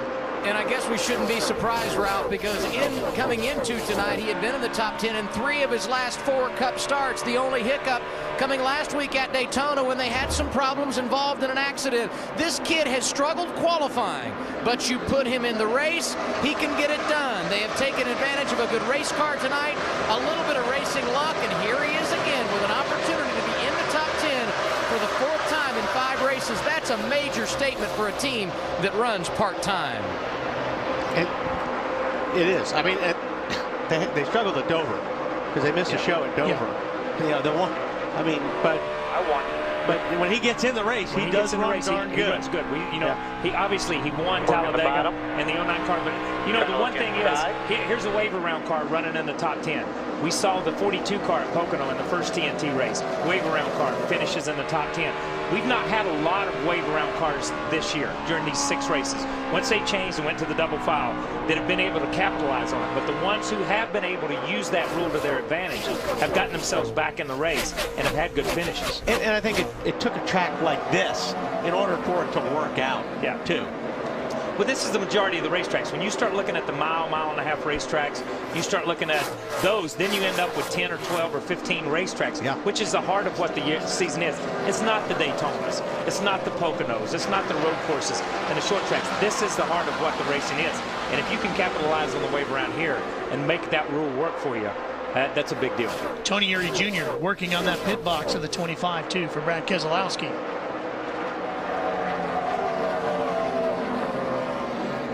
And just to compare, because I'm sure a lot of people are wondering about it, Tony Eury Jr. has got Keselowski in 10th, and his old car, David, Stremme. 43 gave the 12 a little bit of shot there. Looked like the 12 got in the corner, and he almost slowed down a lot, and all these cars came in really, really fast on him.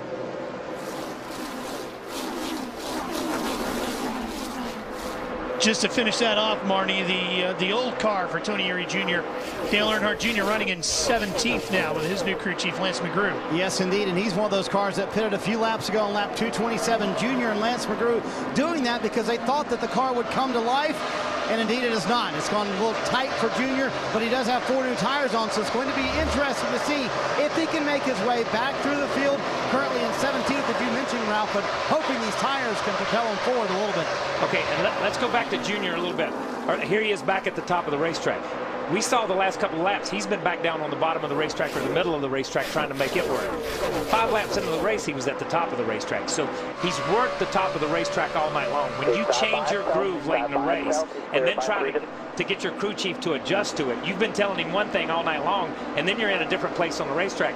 You confuse your crew chief too. So Junior needs to go back to what he knows, which is the top of the racetrack, to make that car work, because I'm sure that's where Lance and those guys have adjusted for.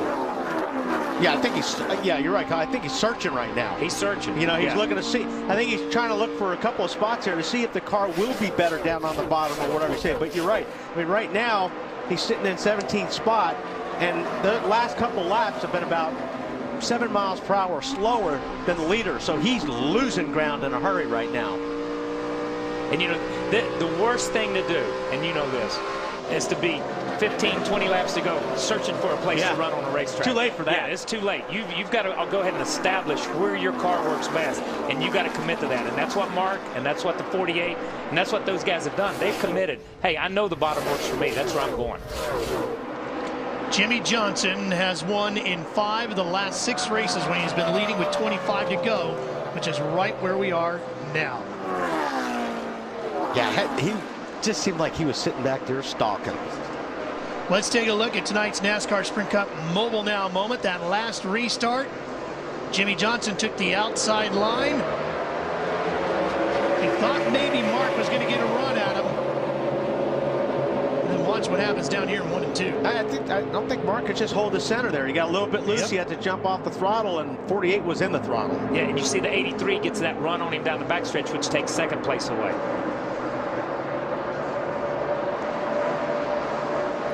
Find out what's happening now in the NASCAR Sprint Cup Series with live race radio, live in-car audio, and real-time stats on NASCAR Sprint Cup Mobile.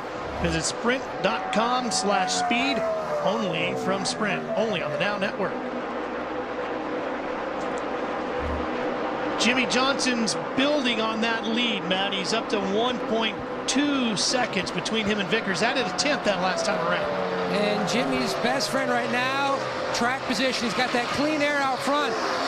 He's felt like the issue that he was going to fight near the end of this run with the car just too tight.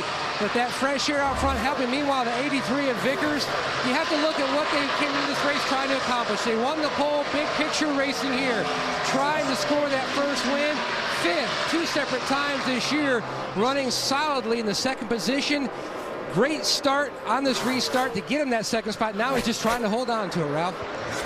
Yeah, now it's up to caution. Out. Double zero, buddy. Yeah, I saw the 00 Ruderman get up in the wall coming off of turn 2. 6th one of the night. Wasn't sure how hard he got into it, but there's a lot of rubber on the paint back there if that was from him.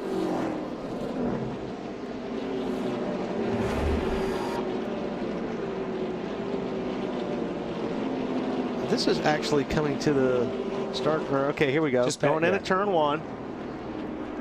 Oh, he just got clipped a little bit from the 42 car. It looked like one got real loose down there and slid up the track on him. They were fighting over 12th position.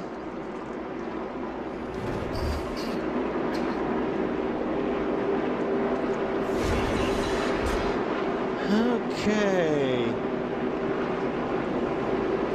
Boy, Larry was right about cautions too, getting right down to the end.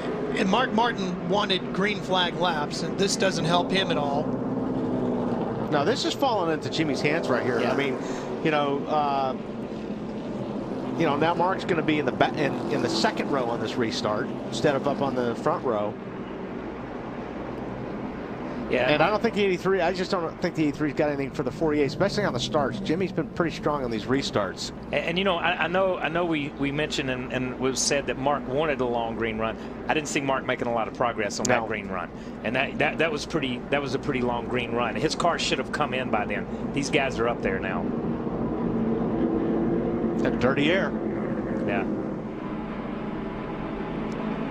Pit road is open. I don't know if anybody is going to do anything with this. I would be very surprised if they did. Well, I think there's going to be some guys in the back of the not at the front. But I think a lot of people at this point in time in the race is thinking, I watched that nationwide race last night. Track position's more important than tires are at this point in time. That's the way it was in the nationwide race. Now, this is a totally different animal. So, you know, it's up to the crew chiefs to earn their money and make their calls right here.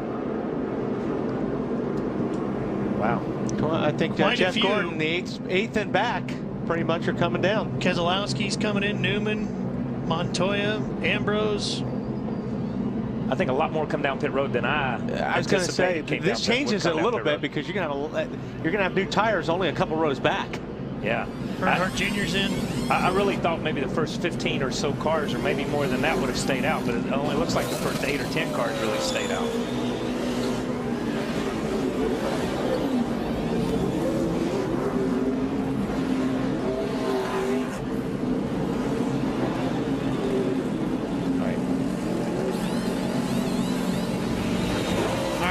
Pit stops are completed.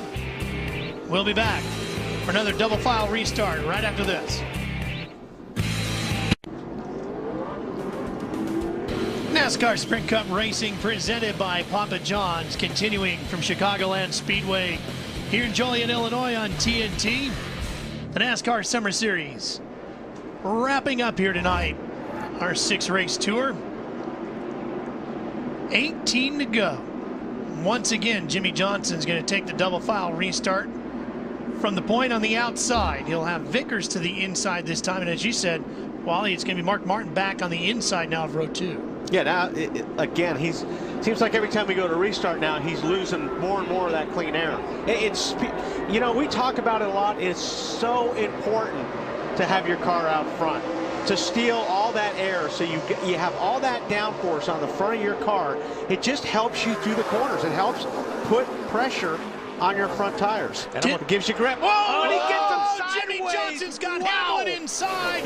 Hamlin pushes him high and comes through as Johnson loses a bunch of spots. Now Vickers goes to the front with Mark Martin trying to shove him through. Just getting ready to say, but Hamlin got a great start. He pushed the 48 all the way down into turn 1 and then pushed him out of the way coming out of the corner. Oh, it's not over. I'll tell you what, there's a lot to prove right now at the front, isn't there, those two guys? I'll tell you what, Jimmie Johnson did. Contact. What's the foul car? There he What's goes. the foul car? I was going to say, see ya. Clean air. There's that clean air he's been searching for. Clean air for the foul car. They all gave it back to him. Oh, look at Jimmie Johnson. Jimmie Johnson and Kurt Busch. I don't think Kurt knew that Jimmie was there. Kurt was trying to get away to the inside and clear the 83 car, and just Jimmie was there. Oh, more contact, more paint rubbing, and Jeff Gordon dives to the bottom to try to avoid it all. That looked like a comeback to me. Kurt's got a tire rubbing right now. Yeah. Yes, he does. Yeah, that's gonna be big right now. Still out there.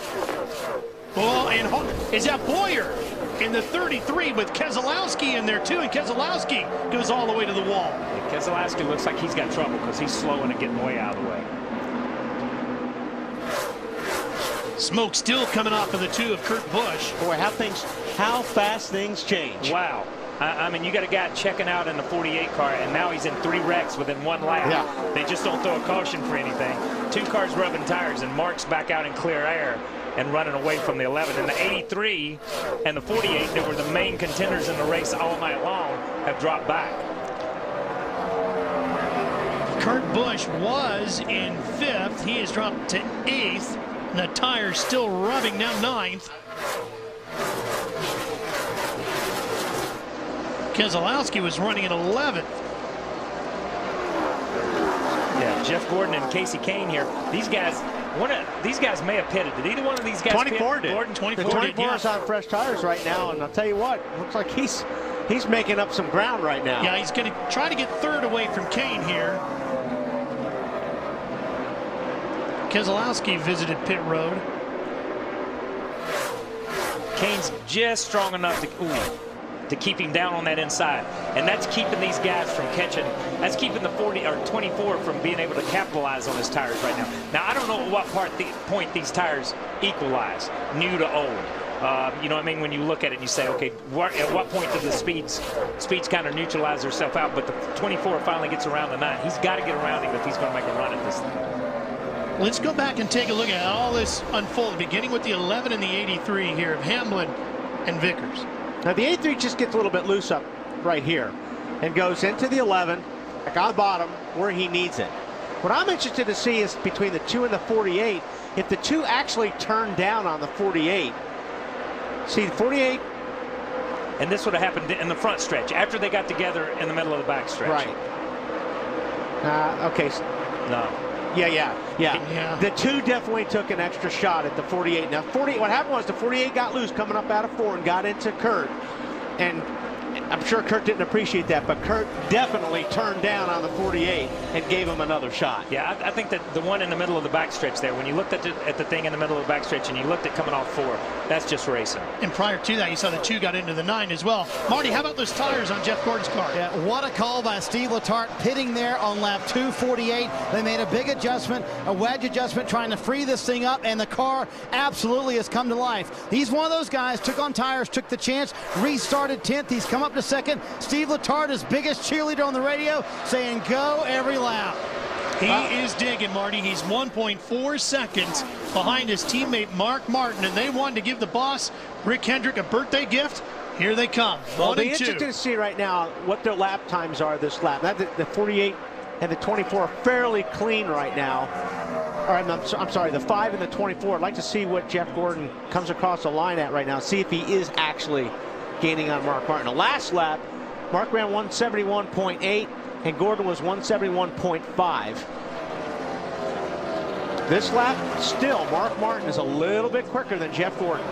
You know, and the thing is, with what, 8 laps to go, Mark's not going to get in any traffic. I don't believe he's going to catch these guys. Looking at the total racetrack here, he may catch a couple of guys, but they're going to get out of his way in plenty of time. The 18 is going to be the next car he really catches. So these guys are racing in clean air for the last 7 or 8 laps of the race. And again, even if Jeff does catch him, he's got to get around him. Mark's been working so good on the bottom. You know, Jeff's going to have to pass him on the outside. That's going to be pretty hard to do. Teammate battle there for 5th with Newman and Stewart. 7 to go.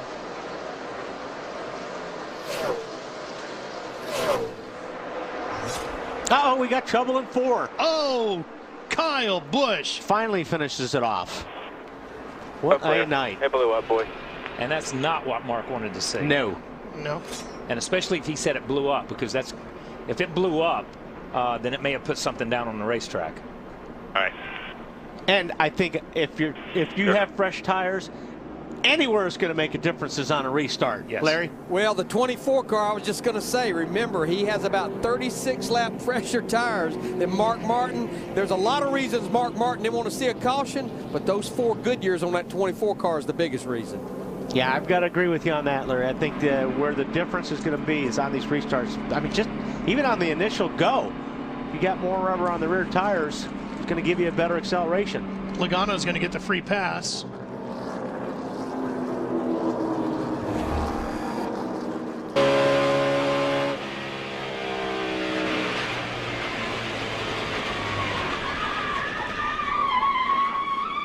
Yeah, he just went in the corner and it blew. Actually, I'm sure yellow. all kinds of stuff blew out the bottom of that race car and got on the rear tires. And there's not much you can do when you're going down the corner and the engine blows. And you could hear it. That was good in car because you heard it just kind of bog itself down as it turned around. And that's just the engine just locking up and seizing up.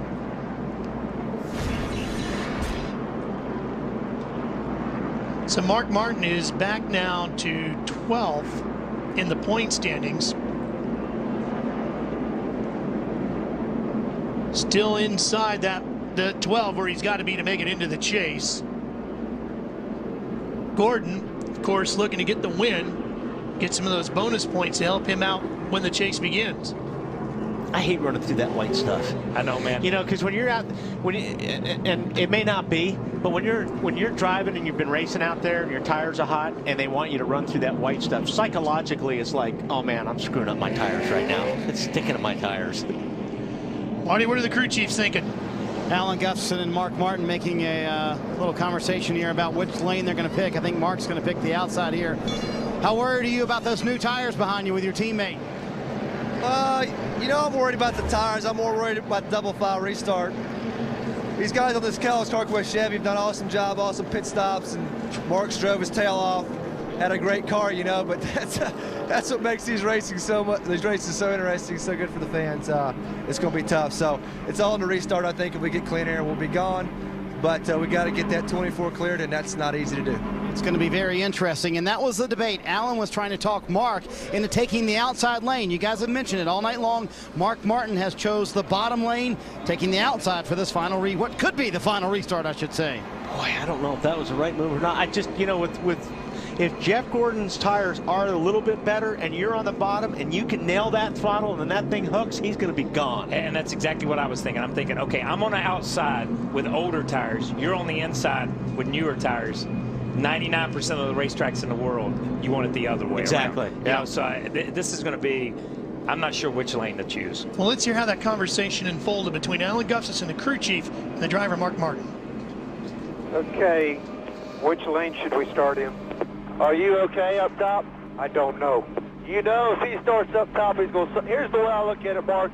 If you get a good enough restart clear, we'll go. If he can start with you, he's going to suck you around, or at least try like hell. And I think what he means by sucking it around, you know, if you're on the top and there's a guy on right to the left of you, if you drive down on him in the corner really, really close, you can get a guy loose, and that's what he means by sucking him around. But we saw that with the 48 and the 5 car on one of the restarts where they went down in the corner together, and Mark got a little bit loose, worked up the racetrack. The 83 shoots by him on the inside, and the 11 almost gets by him. That's where Mark ends up third earlier in the race. Marty, how about Steve Letarte? Well, let's check in with the other crew chief of this. It's good when you look like a genius, isn't it? You think your new tires can pass your teammate? I don't know. I think probably the new's gone off the tires, but Jeff drove a remarkable race. You know, DuPont National Guard Chevrolet's nowhere near where it needed to be tonight, and this pit crew's battle, the drivers battled. And that's all you got to do is get yourself in position at the end. He's done that. What happens, happens. You know, we finished 1-2 at Michigan, so I think there's a couple lucky fans. Maybe if we can finish 1-2 here, they'll get a little bonus from the race sponsor. That'd be great, but just proud of the whole team. Hopefully we'll see what happens. Are you surprised your teammate took the outside line there? No. You know, everybody's car is different, so they all know what they're doing. They're the best in the world. So see what happens here. It should be exciting. Be about, what, 3 laps to go when we get this green, guys? This is going to be fun. Yeah, Marty, that's about right. And we went to try to talk to Kyle Busch after he made it back down to the pit area after finally seeing that car let go on him, but he didn't want to talk. Not feeling too good after breathing all those fumes. I'm sure he's not feeling good about a lot of things tonight. All night.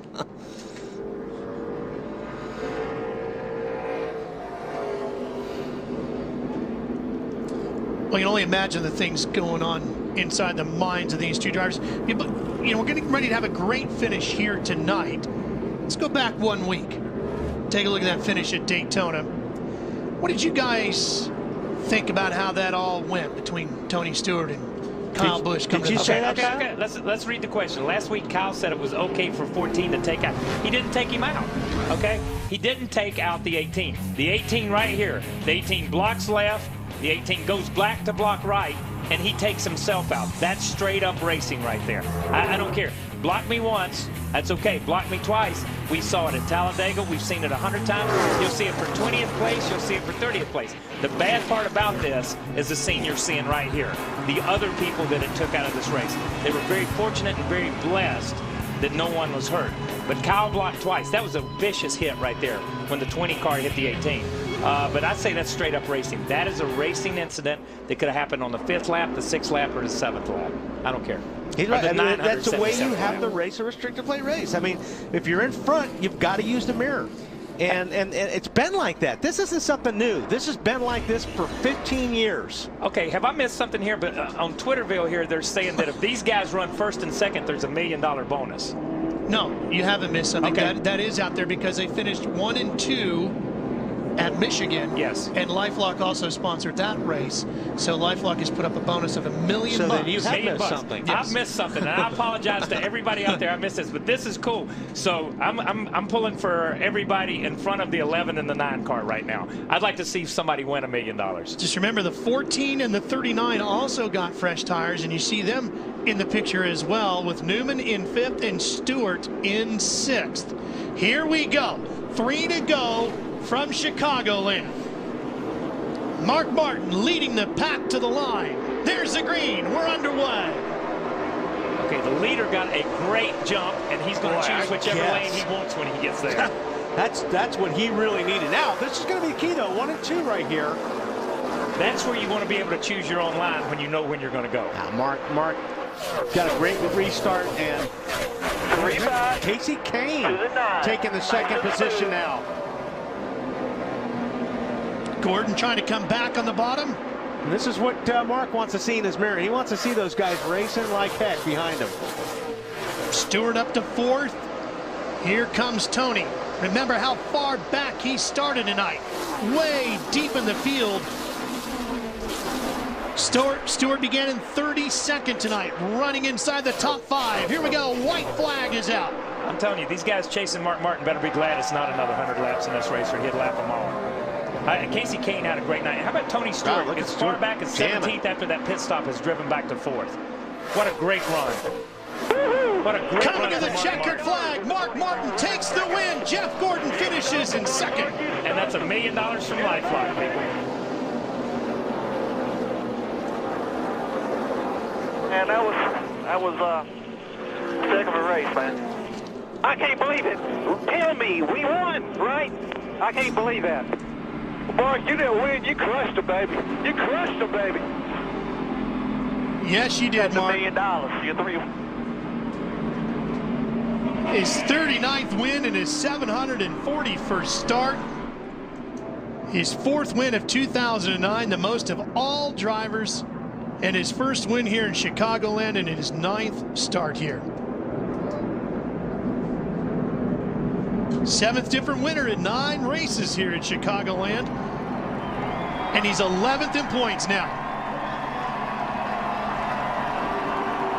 I'm telling you, man. 50 years old on a Saturday night, he still knows how to get it done. He likes these Saturday night races. Yeah, he does, baby. He does. How could you not when you perform like that? That's exactly right. I love you guys, man. Well, they wanted, Love you. they wanted to give the boss, Rick Hendrick, a gift. They sure did. Top 2.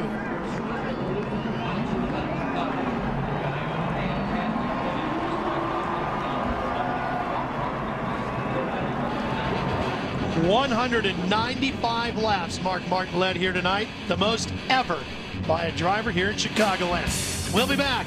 Victory Circle coming up next here on TNT.